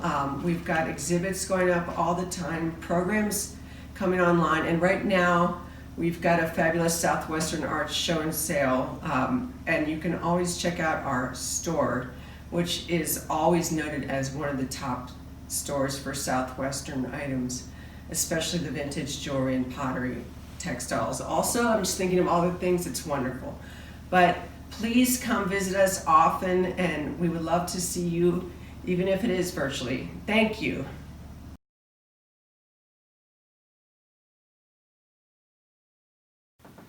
My name is Nicolas Madrid. I am a tinsmith from northern New Mexico. I've been doing it for pretty much since I was a little kid. I learned from my father. His name is Jimmy Madrid. My mother is Mary Jo Madrid. She's a painter. So basically I really learned everything I know from them. I am known for a style called Mesilla combed glass. This was done in the southern portion of the state up until about 1913. It disappeared, and we fell in love with it when we first saw it, so it was kind of our goal to bring it back. So it's pretty special. It's actually tar on the glass, and then we comb it off and add color behind it. As far as I know, we're the only people doing that. And then mixed with the rosettes, this was a tradition in central New Mexico. Jose Maria Apodaca was the original. So it's kind of what I pride myself on. This is my specialty piece. I have been involved in Spanish market since 1994. I've won first place for several years in a row now. I've got a couple pieces in their museum, and just I love what I do. And I'm holding an amazing cross of glass with reverse paint and tin work by artist Nicolas Madrid of northern New Mexico. He learned how to do the tin work from his father, who's also a tin work artist, and his mother is a painter, I believe. This is just a beautiful example of an art form he's bringing back. The back of the glass is painted with tar and then scraped away and then painted over with the colorful oil paint, I believe. And then he's accented it with these beautiful rosettes. And we have these crosses in many different sizes, with glass and without. And here's another example of the glass cross. Just beautiful work, really impactful and a statement piece for your home, I think. I think these would really show well. I want to show you some of the smaller tin crosses over here. They're so lovely and delicate. And then the different shapes of the cross that he does. And then we also have some large mirrors, which you can see online, as well as the smaller with the tin work around them. I'd love to show this one.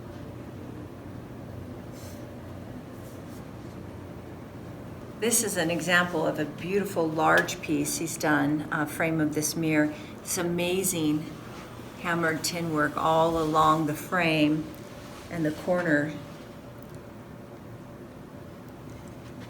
It's very decorative, just a gorgeous mirror.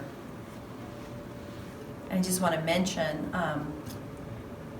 that every piece by Nicholas is signed on the back and ready to hang. So you can mount these on the wall, or you can simply put them on a stand like this, or leave them on your dresser. They're just beautiful.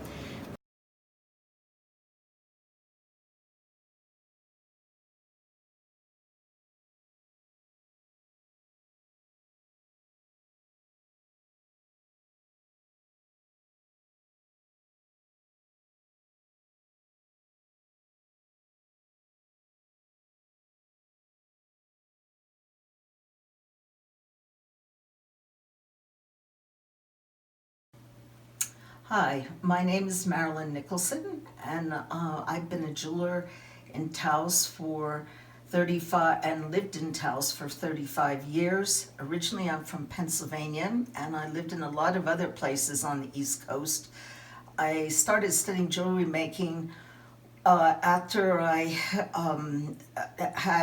I went to college in Philadelphia and met a really good jewelry instructor, and as a result, started making jewelry. I was an art education major, went to the School of American Craftsmen, and then worked in 2 colleges, one of them in Rhode Island College, and the other one in New Jersey, where I met my husband. One of the things that I've been making jewelry since the 1960s, I don't even like to add up the years, but one of the things that happened to me while I was at Trenton State College, as I met a very handsome Englishman with beautiful blue eyes, and he persuaded me to go back to England with him. So we got married on the 4th of July in 1973.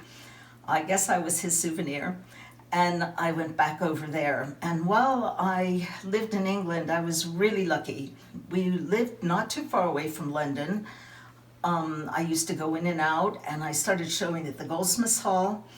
Eventually, I had a really big exhibition at Birmingham City Art Gallery, and as a result, I had an exhibition at the Victoria and Albert Museum, and the Goldsmiths Hall toured my work around the world. So I had a wonderful time in England. England is one of my most favorite places in the world because there's so many interesting historic things to see and do. And I love antiques. I love all the different ways that people construct things in jewelry making. And it just seemed like going to places like Portobello Road and the British Museum and all the antique and flea markets inspired my work. So I was really lucky to do all that. In 1985, well, a little bit before 1985, 2 things happened. My husband lost his job as a result of Margaret Thatcher's cutback on education. He taught in a college. And I also had a really lovely baby girl, but it's shook up my life a lot. My husband wanted to move to the United States, which we did, and he particularly wanted to live in the Southwest and was attracted to Taos because of the fact that the English think about the United States through the movies, and he had this love affair of the Southwest and the fact that the landscape here is just absolutely opposite from what you'd find in England. So I've been here ever since. I teach and have been teaching for years. I taught for the Taos Institute and UNM, both in Taos and Los Alamos, and I taught for several small schools in Santa Fe since I've been here. And I've showed my work in numerous galleries. I'm still working away. I love stones. I love pattern and texture and color. And I use a lot of those things in my work. But my work is continuously evolving, and I like to let things happen. And when I see something that I'm attracted to, like I like particularly agates, and now I'm working with jaspers, I let those things inspire me. But since the pandemic, what's inspired me is the colors and textures and landscape-like patterns in the jaspers that you will see in the show at the Millicent Rogers. I make very complicated pieces of jewelry that people always tell me they'd like to have but they can't afford. So recently what I've started doing is trying to make things that they can afford and that people can wear every day, because some of my things are rather spectacular, but they are not very wearable every day. So I'm trying to evolve and fit those two things together. I still love to make spectacular things that are very complicated, but recently, as I say, the patterns and textures in the jaspers have inspired me. And I almost relate them to the autumn colors that you can see outside. When I look out my windows, I see, especially recently, all the patterns of the golden colored leaves with green and brown. If you look at a lot of the textures in these stones, they reflect New Mexico. And I've combined some of these things with turquoise because I think the turquoise picks up the idea of the landscape and the sky. You know, it's very reflective of those two things. And my work is continuously developing, so, you know, I never know what I'll do next. I'm very attracted to found objects and seashells and all different kinds of natural patterns. And I like to, you know, work on all different kinds of things. Hi, welcome back. We have some extraordinary jewelry by Marilyn Nicholson of the Taos School of Jewelry. The stones she uses are just beautiful. This is almost like wearing a painting. I just love the detail on the stonework on the chain here. And then Diane, you have a really interesting piece on. I do. The actual center stone is turquoise, and then you see all of these small beads that are matte finish onyx. I think it's just stunning, and we could wear it with almost anything. Wear it with anything. It's very sculptural. I love how contemporary her work is. She works in silver as well. Here's some beautiful bracelets with almost a matte finish on that as well. They're just gorgeous.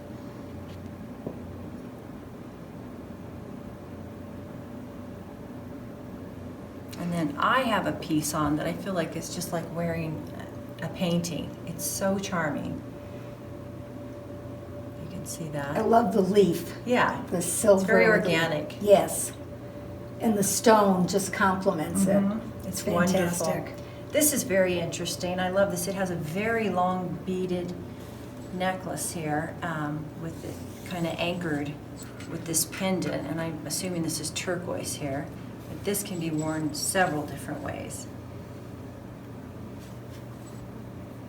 I love this. It reminds me of, you know, either a butterfly or a heart, and it's, you know, just again, you've got the black beads and then you have the beautiful stones. Lovely. Absolutely. We have a big selection of Marilyn's work available on our website at millicentrogers.org, so please log on.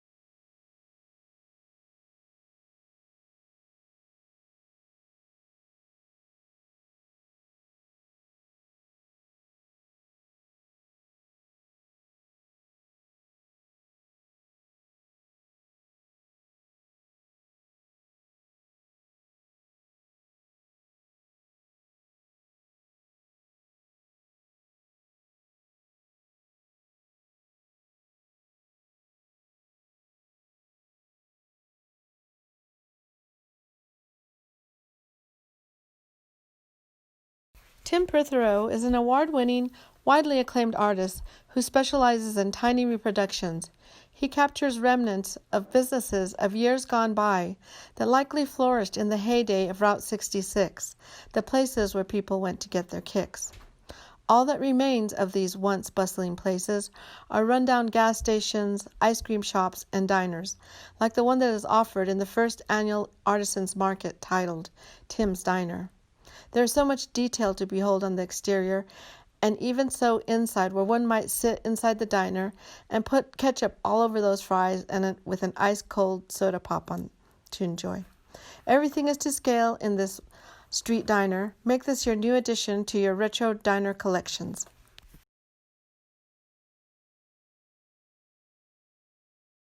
I'd like to talk to you about an amazing artist by the name of Sheldon Nunez Velarde, a Hickory Apache artist.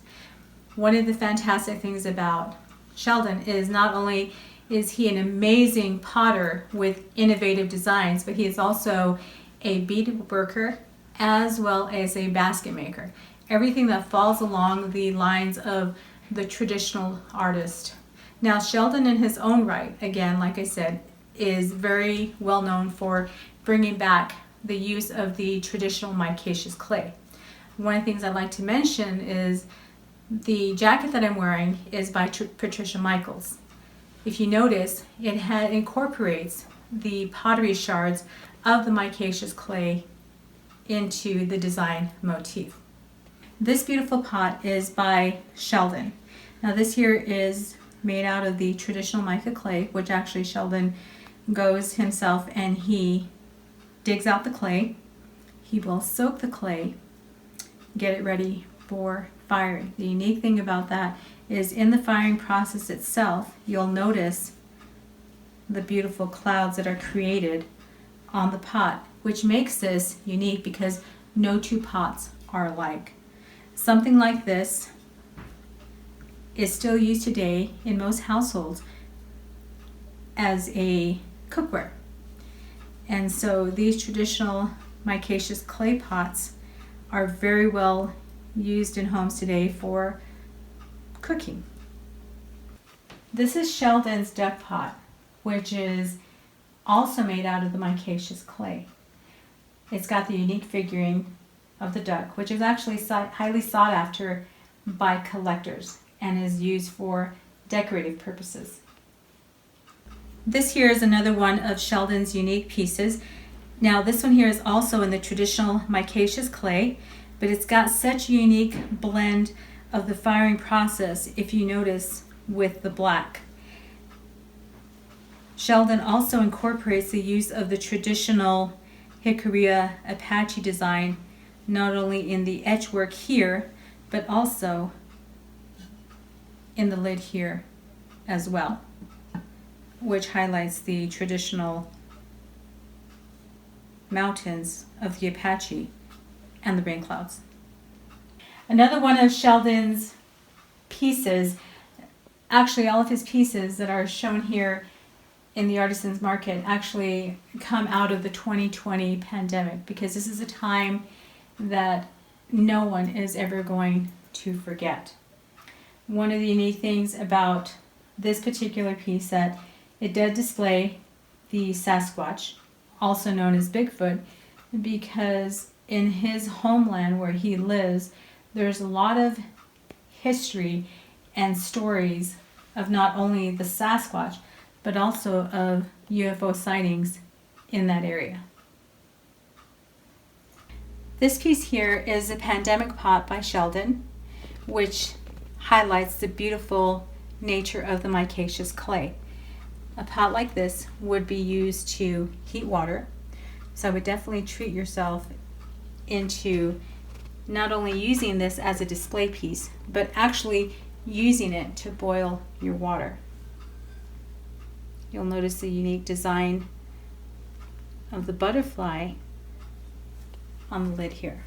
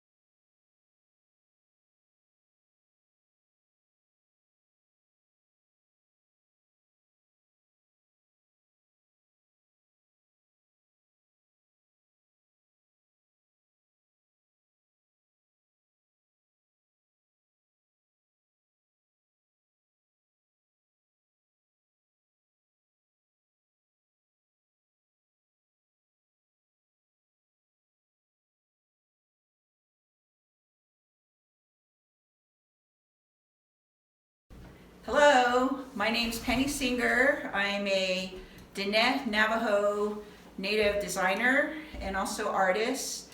I reside in Albuquerque, New Mexico. That is where my studio is at.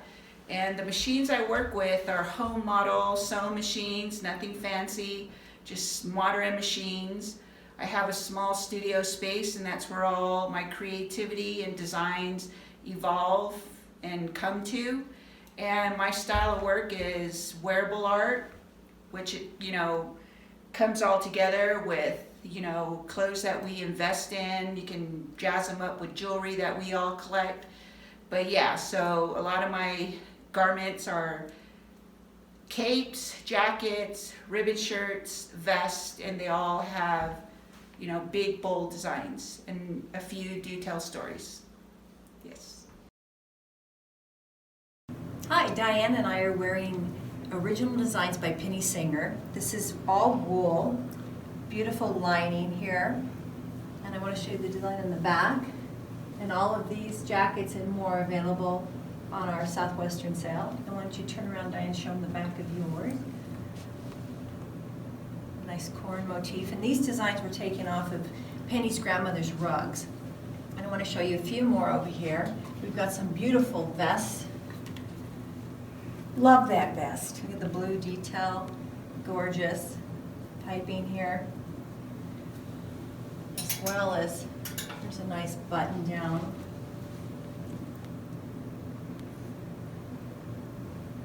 Special occasion or every day. This is just really well made. All of these are made locally.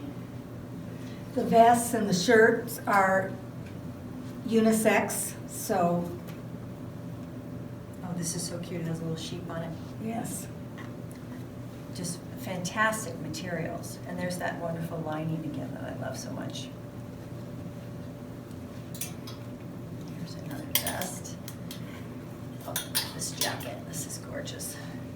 This is the teepee motif. You can see it here as well as on the back with the star. One of a kind. So now I'm wearing this beautiful cape with traditional embroidery in the front, typical of the Osage Indian, in the back. Beautiful. Colors, just pops. Yeah, it's wonderful. Again, it's wool. Just wanted to mention some other details of this little jacket that I just adore. Are these silver buttons along the collar, as well as here is her signature embroidered. These are one-of-a-kind pieces, exquisitely made.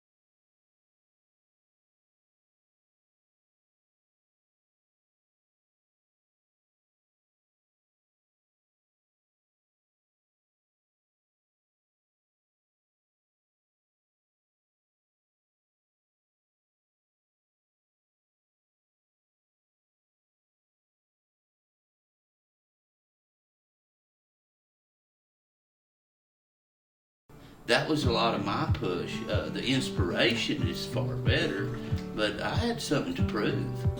No question. I was going to show them some bitches. And I want to take it as far as possible.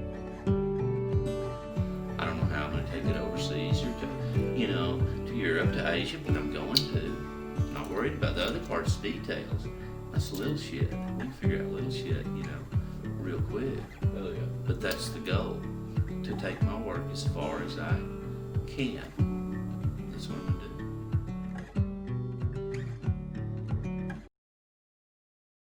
do. And now join me in welcoming Nick Cunningham. His jewelry is unique to say the least. We have some very impactful pieces here. I'm wearing one of them, this beautiful ring.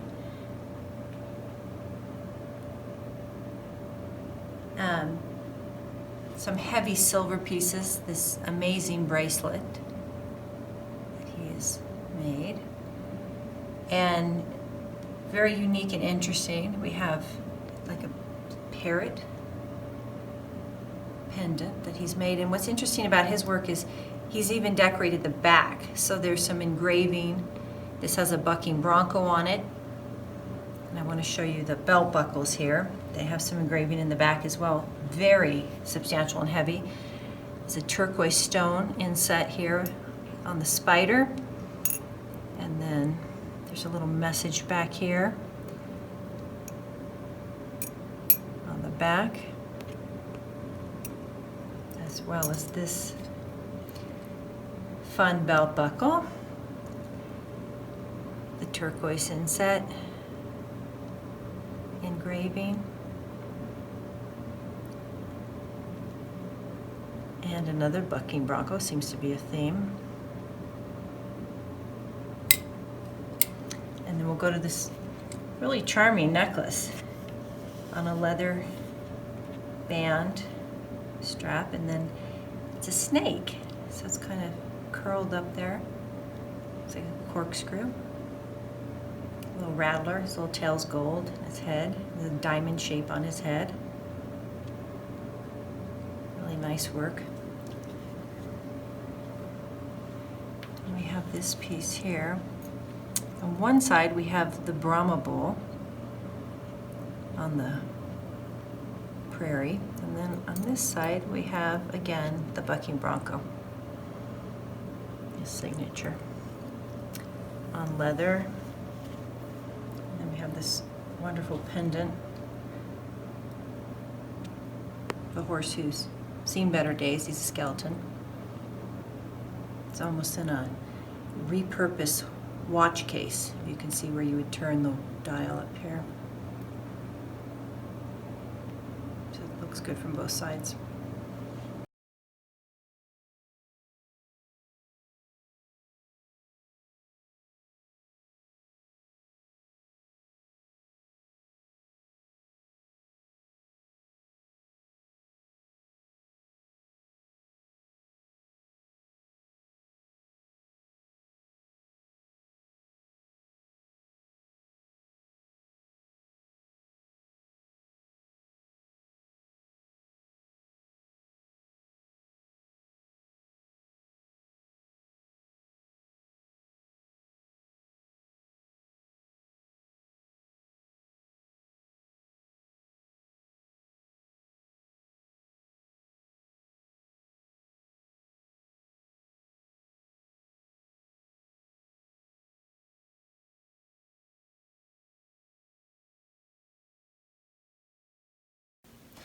Hello everyone, I'm Laura Wynn. I am the store manager here at the Millicent Rogers Museum, and this store has been a go-to destination for collectors in that we are known for our quality jewelry, be it vintage or contemporary, as well as for the breadth of our selection.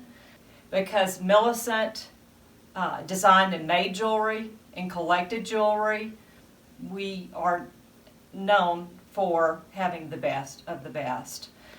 Be it bracelets, squash blossoms, earrings, concho belts. We also offer a wide variety of Pueblo pottery, including Zia, Hopi, San Ildefonso. We have many of the artists represented here in the store that are descendants of the Maria Martinez family.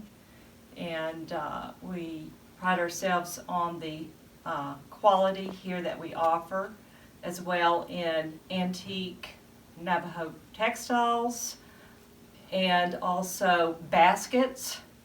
And we have artisans here locally and throughout New Mexico and Arizona represented throughout the museum. We have devotional art and cedar carvings by the Rail family, Varela family, a wonderful selection of books, subjects of the Southwest.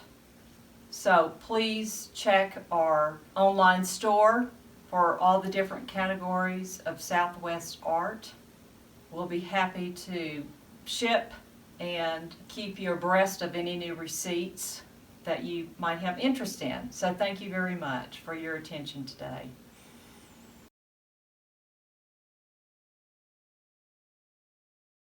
Hi, my name is Dominic Bo. I was born and raised in Taos, Pueblo, New Mexico. I've been an artist pretty much all my life. For the past 5 years, I've been making a living at it.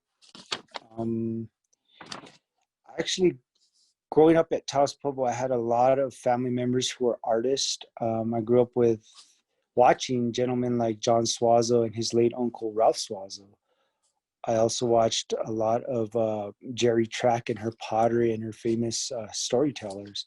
So I was inspired by a lot of what I saw growing up, and also growing up in nature. I grew up with my grandfather and a lot of my uncles who were drum makers. That's where I learned the art of drum making, was actually from my uncle Mike, who is a master drum maker. And as I started getting older, I became friends with other drum makers, and now to this day I still am friends with them, who we constantly share ideas and new strategies for making drums. Okay, yeah, let's talk about how you make a drum. First of all, it's a process. It's a process that you have to enter in with Mother Nature, because you got to watch the seasons on when you have to harvest the wood. The wood we harvest for drum making is pine wood and aspen mainly, because of the grain and the soft wood. After you harvest your drum, you got to pretty much take care of the wood, make sure it dries and cures to a point where you're going to be able to process it to make a drum. And then you got to get the hides, and then we use cow, elk, deer, bison, buffalo hides. The process in that is a long, lengthy process, because first of all, you got to watch what season you're going to be able to process the hides in. Now during the winter season, it's very hard because of the cold to have any kind of chemical reaction with the hides. What I mean by chemical reaction with the hides is the water. We soak the hides in water first, straight off the animal. And then we start taking off the inside fleshing and then the hair on the outside of the drums. After that, by doing this, we have to scrape it with a draw knife or some kind of knife on the inside and outside. And then you're ready to tie your drum. And I believe that's what started me on my journey, my different journey on drum making now, is because of the COVID. All of us have so much, a lot of time on our hands. And with this COVID thing, it kind of got my thinking going back to the old ways on not only in my art, but food, medicine. And so it started going into my art as, I was diagnosed with MS. Multiple sclerosis. So nowadays I have to watch every chemical I put on my body or that I actually touch. So with this COVID and my MS, it kind of worked together in my art of drum making, and also jewelry making, sculpture, and other elements of my art. I do beadworking also, but with drum making, a lot of the hides that are used these days are purchased hides that are chemically processed. The hides are chemically processed using really, really harsh chemicals. So when drum makers purchase hides, as from other places, and tie their drums, they're exposing their hands to a lot of these harsh chemicals. So a lot along this thinking with my MS, and now with this time of COVID, where we're forced to be home and figure things out, I turned to the old ways of drum making, where I was fortunate enough to work with a local meat processing plant, where they produce my hides for me, which are completely raw hides. So what I'm able to do is get these raw hides, and I'm able to process them myself, just using techniques from the old way, which is water and white ashes. I soak my hides in these two, water and ashes, for different days at a time, and that's how I process my hides. There's no chemicals used on these hides, which saves my body.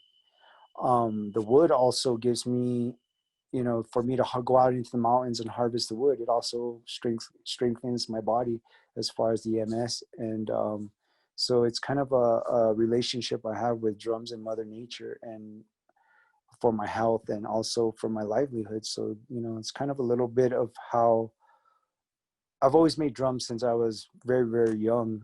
I learned a lot from my uncle Mike Kupso, who's a master drum maker. But making drums as a young man, it was more about making money than the actual meaning behind the drum, the traditional meaning behind the drum. And it's, I didn't learn a lot about the drums until I started getting a lot older, now that I have a son, I've actually learned a lot more about the drum. And, you know, because my little boy loves drums, he plays drums. He's been singing since he's like 2 years old. So he asked me, you know, Dada, you know, what does a drum mean? And I have to tell him it's a heartbeat. It's a heartbeat, you know. And whenever we're stressed or afraid or sad or maybe even just happy, you know, that's where the drum comes into, because it helps in, you know, just playing the drum or hearing the drum. There's a lot more that goes into the meaning behind the drum, but that's what I remember for now. And so, yeah, that's a little bit of my journey with my drum making. It's more of a healing journey that I've been on. I also have one eye.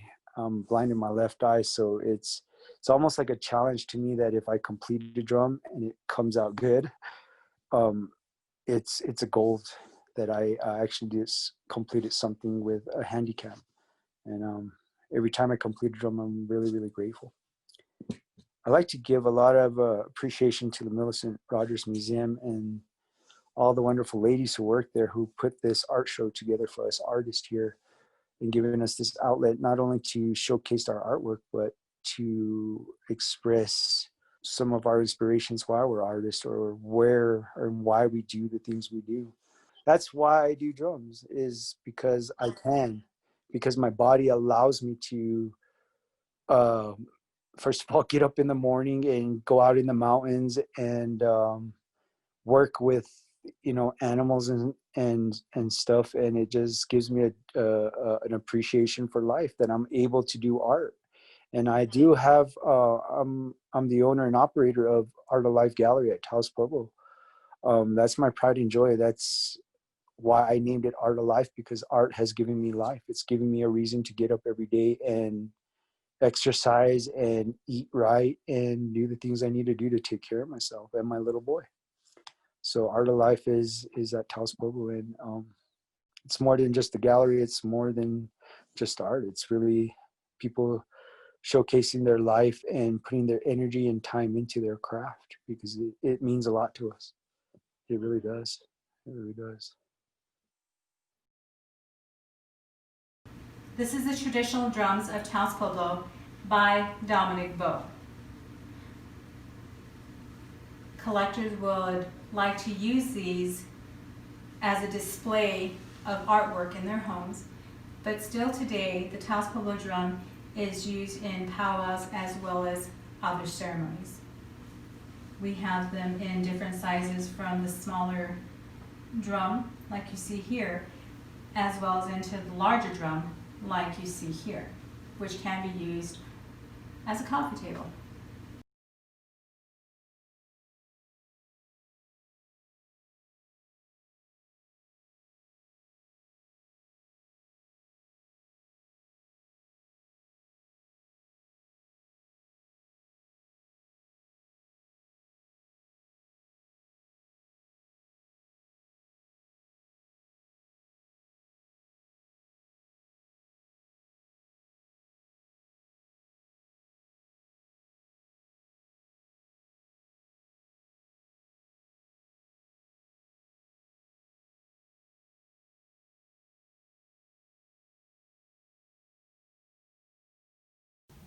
Hi, my name's Jonathan Wormday Cumming. I'm an artist from Taos Pueblo. First of all, I'd like to thank the Millicent Rogers Museum for their upcoming virtual exhibition. Years I've been really lucky. Of course, I've been involved in books now for quite a while, but a couple of years ago, Dora Dillistone, a writer here in Taos, and I took on a project where I illustrated a book for her. The title of the book is Luna, the Mare with Sky Blue Eyes, and thus far the book has won 4 awards. And right after that, I got contacted by a gentleman from Italy who I'm illustrating a book for right now. And it's been a process, but I've been really, really busy. It's really strange, but I've never been more busier than I am now. So consequently, I haven't produced any new work. My own ideas, you know, the only work that I've been producing now is collaborations for other writers' books and stuff. But I'm busy, so that's what counts. So today I brought 4 images, and one of the images that I brought here is this particular piece. It's a giclée print. And a couple years ago, the Millicent Rogers brought the original in preparation for the Blue Lake celebration that's happening this year, I believe. So that's the purpose for me painting this particular image. And I got permission from this gentleman who I painted, an elder from the Pueblo who's no longer with us. I got permission from his family, his daughter, and his grandchildren to do this particular painting of him. This is a work of Jonathan Wormday Cumming, who is a local Taos Pueblo artist. We're very excited to have some of his pieces in this artisan showcase. Jonathan has been highlighting the life stories through his pictures, his images of the Taos Pueblo culture in his paintings. Jonathan has actually been commissioned to work on another book, so he hasn't been painting very much. But again, we're very excited to have a few of his pieces in our artist showcase.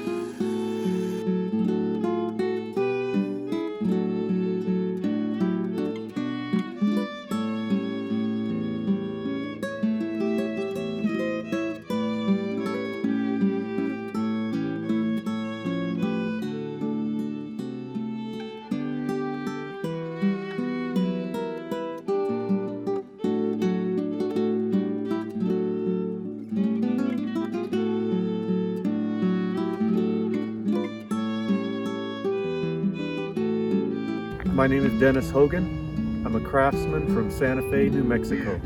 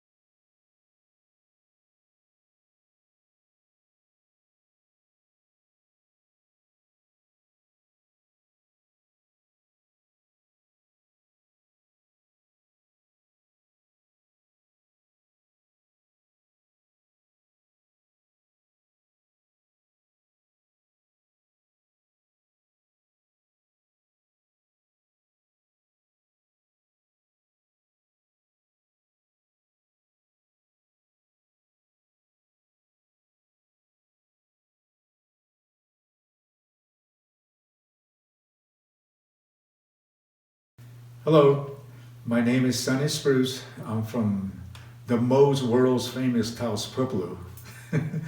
And I've been doing jewelry work since 1973. And I do a number of things, mostly bracelets, pendants.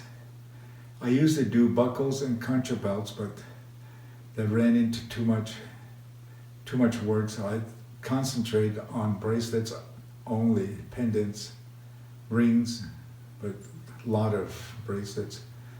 But I'm going to be showing here at the Millicent Rogers Museum. My first time here, after all these years, my first time here. And I thank you very much, and I hope you enjoy the show. Thank you. Sonny Spruce is a Taos Pueblo artist who is very well known for his classic silver work.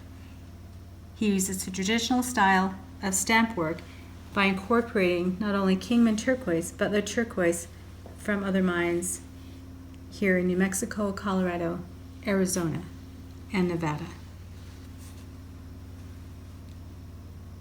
Now the thing about Sonny is his work is very affordable and collectible. This here is a beautiful piece of lapis incorporated into 3 settings here on this beautiful work of sterling. This piece is $185. Sonny's pieces are actually priced from the 1970s. Very affordable, very collectible, very unique. This here is a unique piece also by Sonny, which is a 5-band of sterling silver with the classic stamp work. Now something like this actually is in the price range of $350.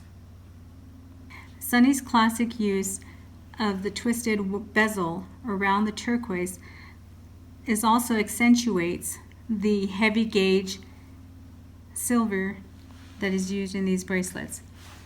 Bracelets like these are actually priced at $130 each. Another one of Sonny's beautiful pieces is this 3-band sterling silver with turquoise that is priced at $165.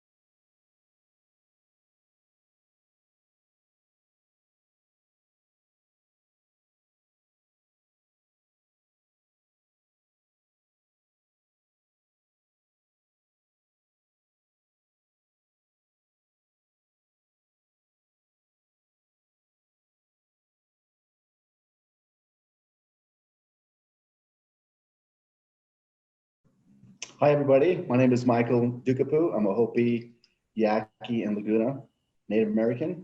I live in Taos, New Mexico, was born in Arizona.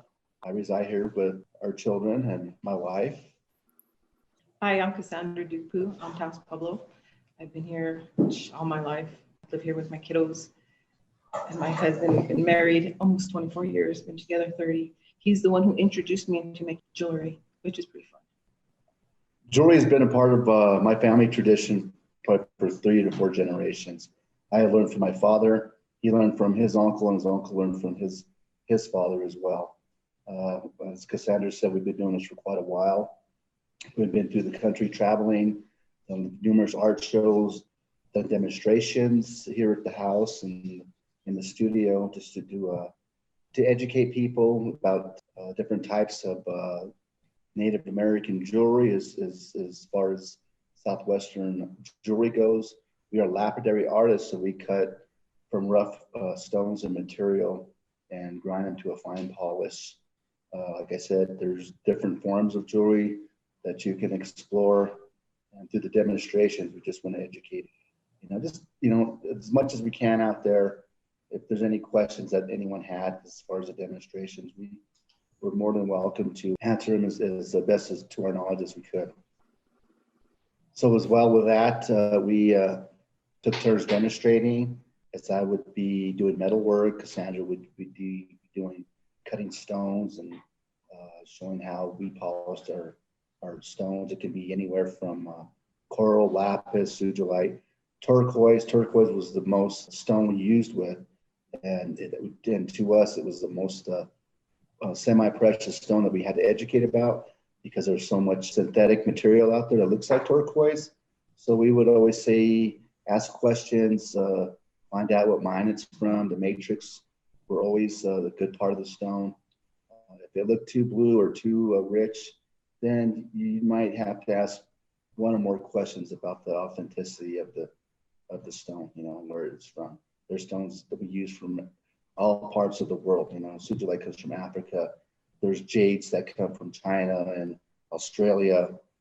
But the most jade we use is the black that comes from Wyoming, Edwards, most popular. Just all kinds of exotic materials that we've used over the years. And throughout the years, we'd always hand fabricated.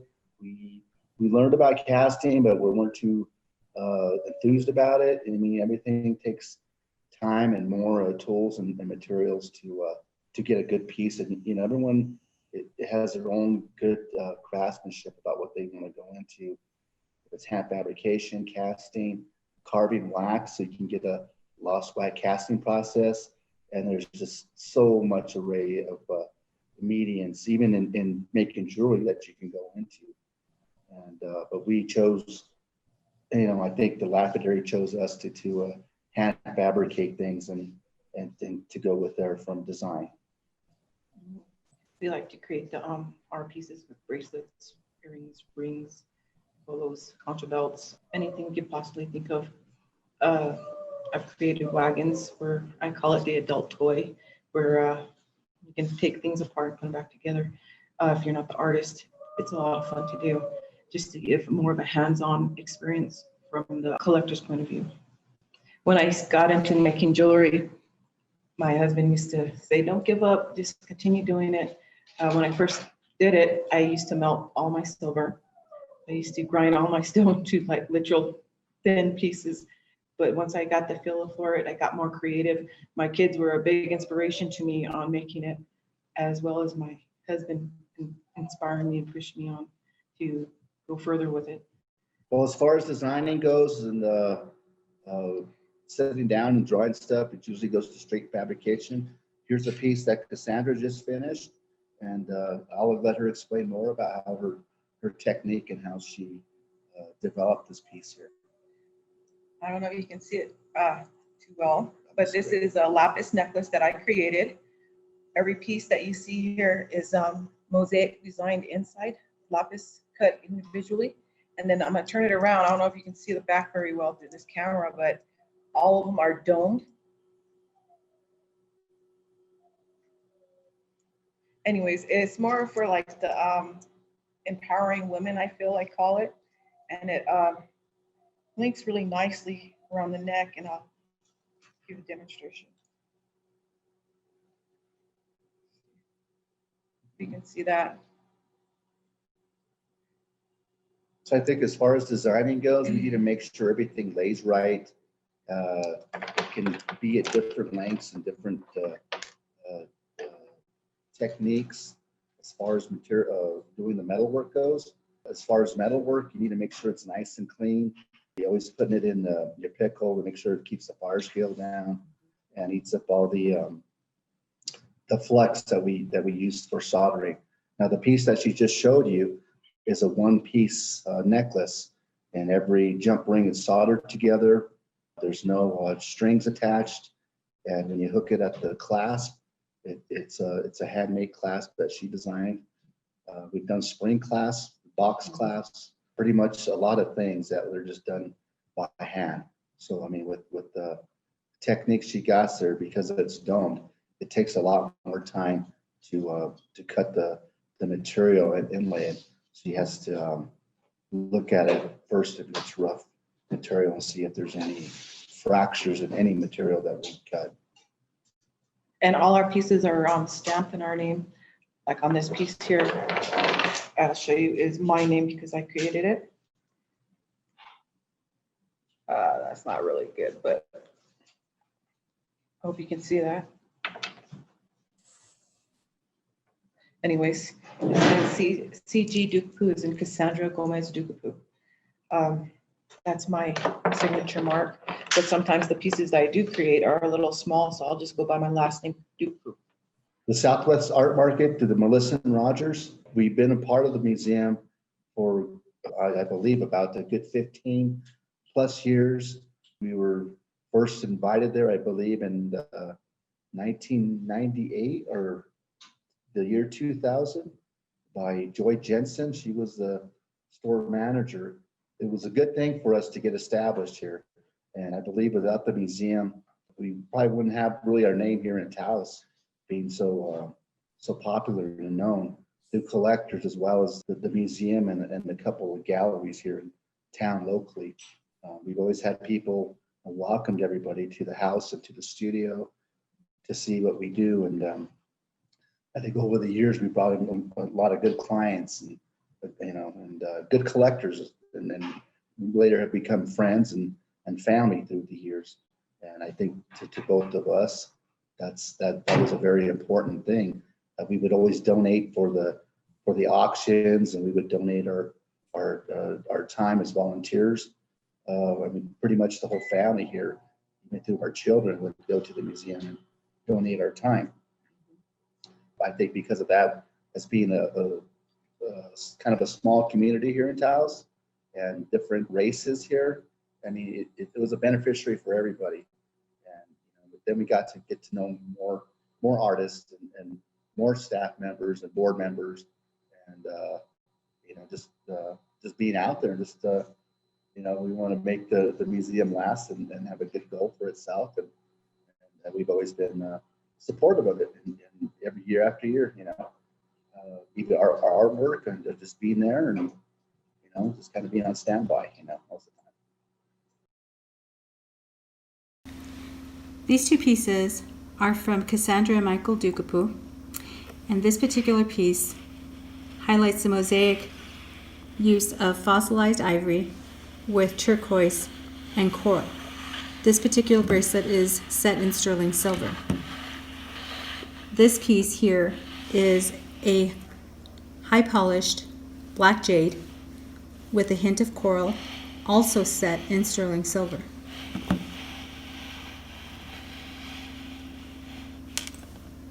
You'll also notice that this particular piece is accentuated with design on the inside of the bracelet itself.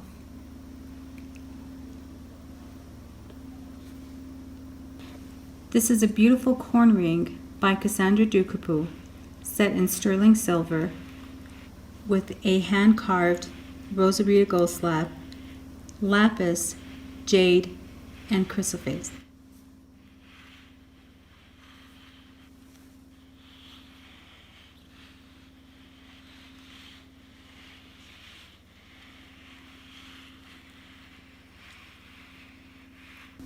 This here is also a unique piece by Cassandra and Michael Dukapu, highlighting the use of turquoise inlay set in sterling silver with matching bolo tie tips.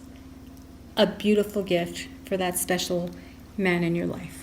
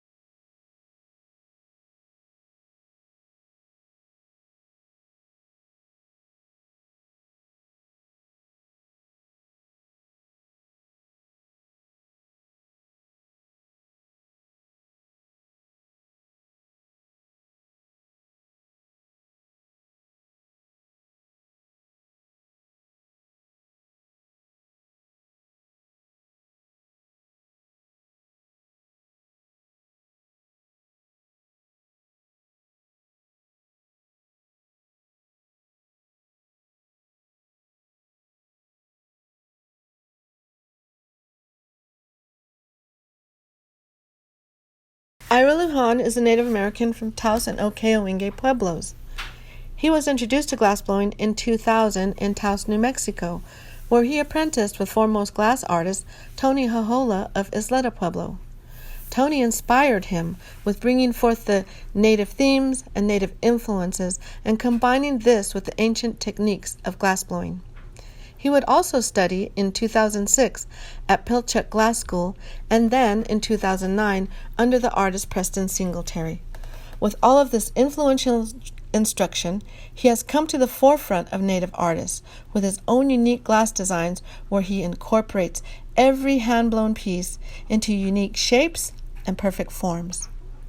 Ira also uses coloring techniques to achieve unique patterns and in some cases applies glass carving design onto the surfaces with sand.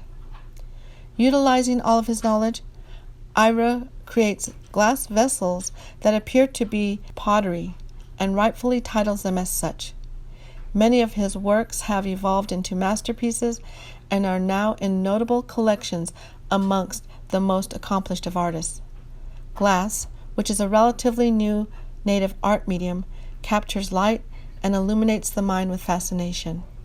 With all of his success, Ira remains one of the most down-to-earth people you would ever have the pleasure of meeting. Ira has been a longtime friend and supporter of the Millicent Rogers Museum. You can view and purchase his works available in the first annual Southwest Artisans Market. We are most pleased to be in the company of Ira Lujan again.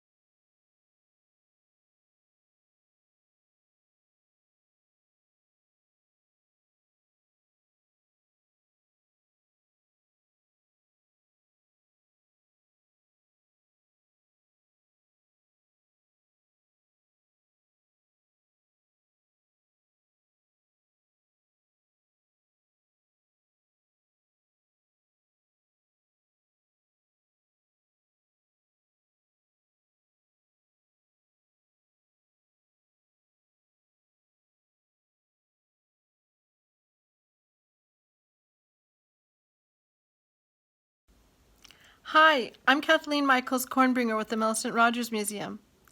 I would like to thank everybody who made it possible to have the first annual Southwest Artisans Market. Let's start with our three co-chairs, Kathleen Wall of Jemez, Pueblo, Gustavo Victor Goler in Talpa, and DouglasJMagnus in Santa Fe.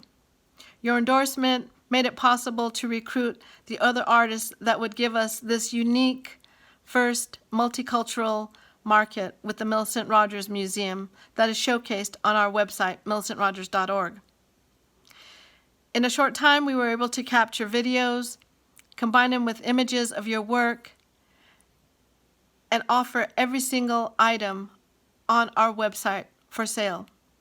Originally, this was imagined as a market that would be outdoors, face-to-face, and soon we realized that COVID was not going to allow this and we had to shift gears into the virtual world. And guess what? We did it. I'm very proud to say that we have 24 artists with hundreds of items available on our website. The videos were made possible with the editing expertise of Steven Snyder, a recent graduate of Highlands, New Mexico University.